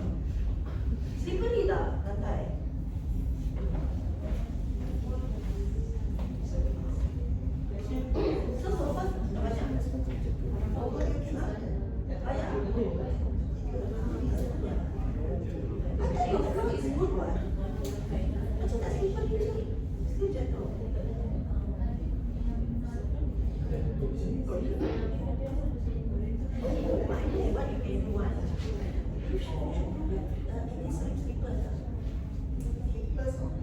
Slippers or why in the wall? Nobody has actually done that, tapi tak precise. Ni boleh bukan. Okay. Yeah. Okay, so this is the slide that I have prepared for you in terms of what actions you can do. So you have identified your RCCF, which is your root cause contributing factors. Then what is the action taken, time frame. You need to make sure, okay, this one lama punya lah.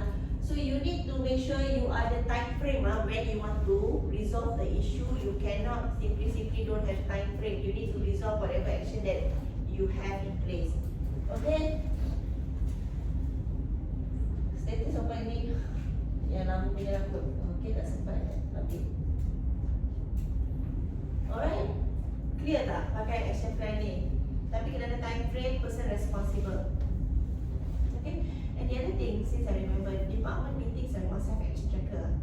That means you discuss in this meeting and then you have someone to follow through some certain things. You can ada action tracker and you need to close the action tracker. So you bring forward to the other meeting, to the next meeting, make sure it's closed. Selagi you tak nampak perkataan close, you kena bawa to the next meeting, until it's closed. Surveyor will check on that as well. Sampai the experience, you need to close all your action. Bawa sampai close. Okay, so any department meetings you need to have action tracker.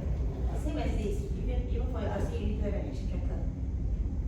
Okay, so your department meeting minutes, you have to have a memo calling for the meeting. Okay, memo calling for the meeting. And then you have to have attendance coming for the meeting. And then you have to have meeting minutes. And then you have to have acknowledge reading the meeting minutes. So banyak. Lagi satu is, agenda of the meeting. So basically 5 benda you kena ada. Memo, agenda, attendance list, department meeting minutes, acknowledge reading meeting minutes. 5 for just your meeting. All this documentation is required. You clip it as a bundle. Boleh? Clip it as a bundle. 5 benda you kena ada untuk setiap meeting. This is the process. Okay? Okay, yang ni banyak lebar sangat. I akan share you the slide. So it's just that you have to identify and prioritize your actions that is to be taken. So you have stronger actions where you want to work faster, and then you have your intermediate actions and then your weaker actions. So you identify the actions that you want to work on and what actions you can actually postpone a bit.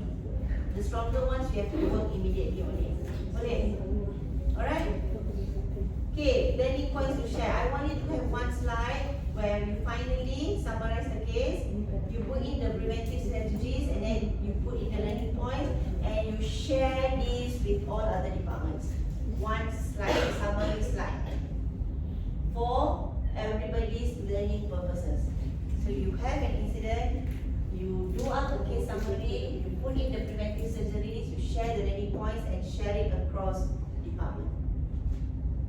Whichever case that you think is interesting, yang tak interest, yang you rasa macam not bound to happen again, you don't have to do it. But these are the more critical ones. Mungkin macam fall incident baru-baru ni yang ada lebam ke, yang tu boleh juga share, so that you can actually prevent this from happening again. Okay, sharing by email to. Yeah, you can share by email. Yeah, for everybody's learning purposes.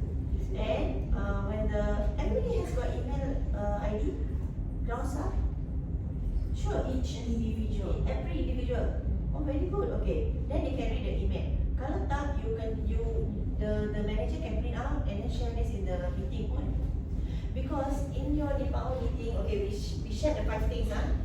In the department meeting, you punya minutes punya structure, you need to have the 5 pillars as well. In your department punya minutes, you need to start with your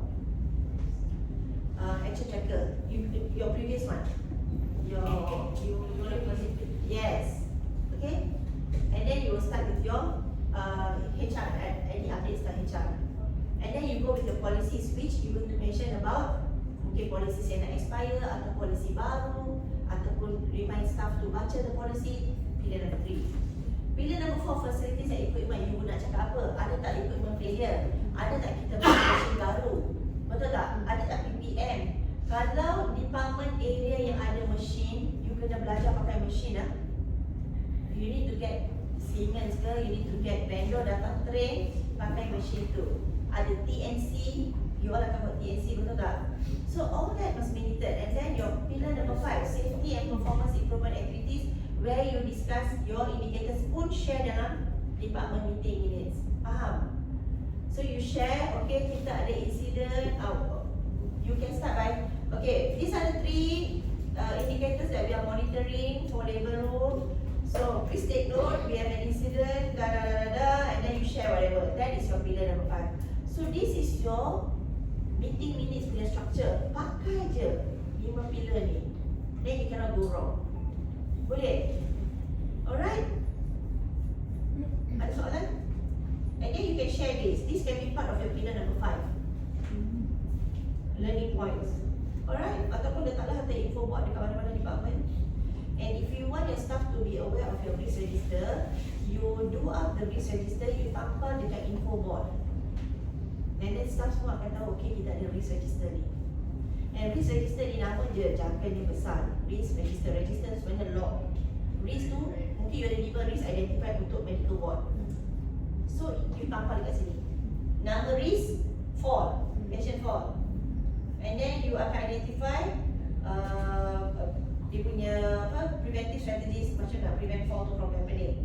So you display that, then all the staff would know what are the risks that you have in medical ward, what are the risks that you have in the radiology department, what are the risks that you have in the pharmacy department. Kalau you rasa susah dengan you identify 5 je. Dialysis, risk of infection, macam tu. Seroconversion, whatever that you want to do, you put it out there. So everybody knows about the risk. So sekarang ni, I think I just need to share you the template for the risk, what you want to put in. To identify the risk, what are the columns that you need, you tampal dengan info board. Maybe we start with 5 risks for every department. Okay, then everybody will take ED. What are the risks at ED? Yes. Yes, and then turnaround time you tengok patient pun kan? Waiting time. What is your admission waiting time? Ada polisi tak? Berapa lama patient boleh ada dekat ED sebelum dapat bilik katil? Oh, ada polisi. Okay, 4 hours, very good. Macam tu semua tu. Alright.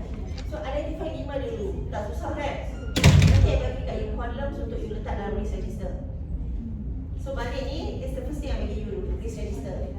Boleh? Risk register punya column, so everybody akan masukkan 5 risk. Okay?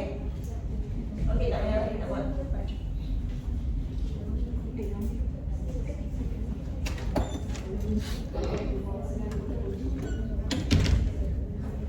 Okay, you want to have a good patient safety culture, you need to have leadership support. Betul tak? So, kalau management tak support, you tak boleh buat lah benda ni. Tak ada orang nak report incident. I think Dr. Razif is very supportive of incident. Tak ada, no action taken kan? Tak ada kan orang pilih, it's not a punitive response kan macam you tak penalize staff untuk raise incident, betul tak? And then, so this is a patient safety culture that we want to inculcate ataupun kita nak cultivate dekat kita punya sena segamat. Raise, ada incident, raise. Don't worry of any fear raising an incident. Kita encourage. Kalau you tak raise incident, kalau you kata department you tak ada incident, something is wrong. Sebab a near miss is also a learning opportunity. Kalau you tak raise near miss pun, it's a rookie lah, rookie untuk department tu. Okay? Boleh tak? So this is a safety culture that we want to build. Actually benda ni, ada patient safety culture ni ada survey. We haven't gone into that. So we will stop at just inculcating patient safety culture dekat sena segamat. Boleh? Okay, any question guys? Penting kan? Too much information. Too much information. Are you tired? Tired lah. Exhausted. But I tanya your mood for the day. That's a good one. Tadi started off with excited, now she's going back to exhausted. So, okay, I'm going to request very few things only from you. I'm going to request that you list down your policies in your document. Satu lagi, I will tell you, I bagi you risk register template, you masukkan 5 risk yang you identify. Kan? So 5 risk you identify, you tampal dekat info board. Okay, yes, we have a risk register, settle sudah. Faham? Very easy or not? Okay, risk register dengan policy je list. So that boleh consolidate policy yang you ada ke hospital, and then we can identify policies yang you tak ada, and then we will give it to you. Lepas tu you localize. Mortuary kena ada department lain lah. Mortuary mortuary also must be led by medical officer preferably. Ours not labelled as mortuary, even though labelled as body hole, but that's sama body hole. Actually, mortuary dia ada standard dia lah. If we are preparing for MSPH, which is the national benchmarking, you have a mortuary. Body hole is the term that we use because kita ada forensics. Body hole tu kita hold the body for 4 hours. Yes. Tapi this mortuary is a place where you keep the body. Just switch to calling it a mortuary department. You have standard 23A, it's called mortuary, and you follow to this. If you call the body hole, then you're going to get confused. You're going to confuse your staff because you call it body hole, but the standard AMSPH is using the term mortuary. Standard 23A. It's called mortuary. And mortuary must be preferably led by a medical officer. Jangan security department lah, sama yang security department is outsourced. Your security must be part of the staff lah. It's part of the staff for mortuary. So you will have your medical officer, and then you will have your nurse manager, right? Yes. And then you will have your security. Who else we have under that? Nurse lah. Only the nurse. Actually, we put this body hole under the care of ED.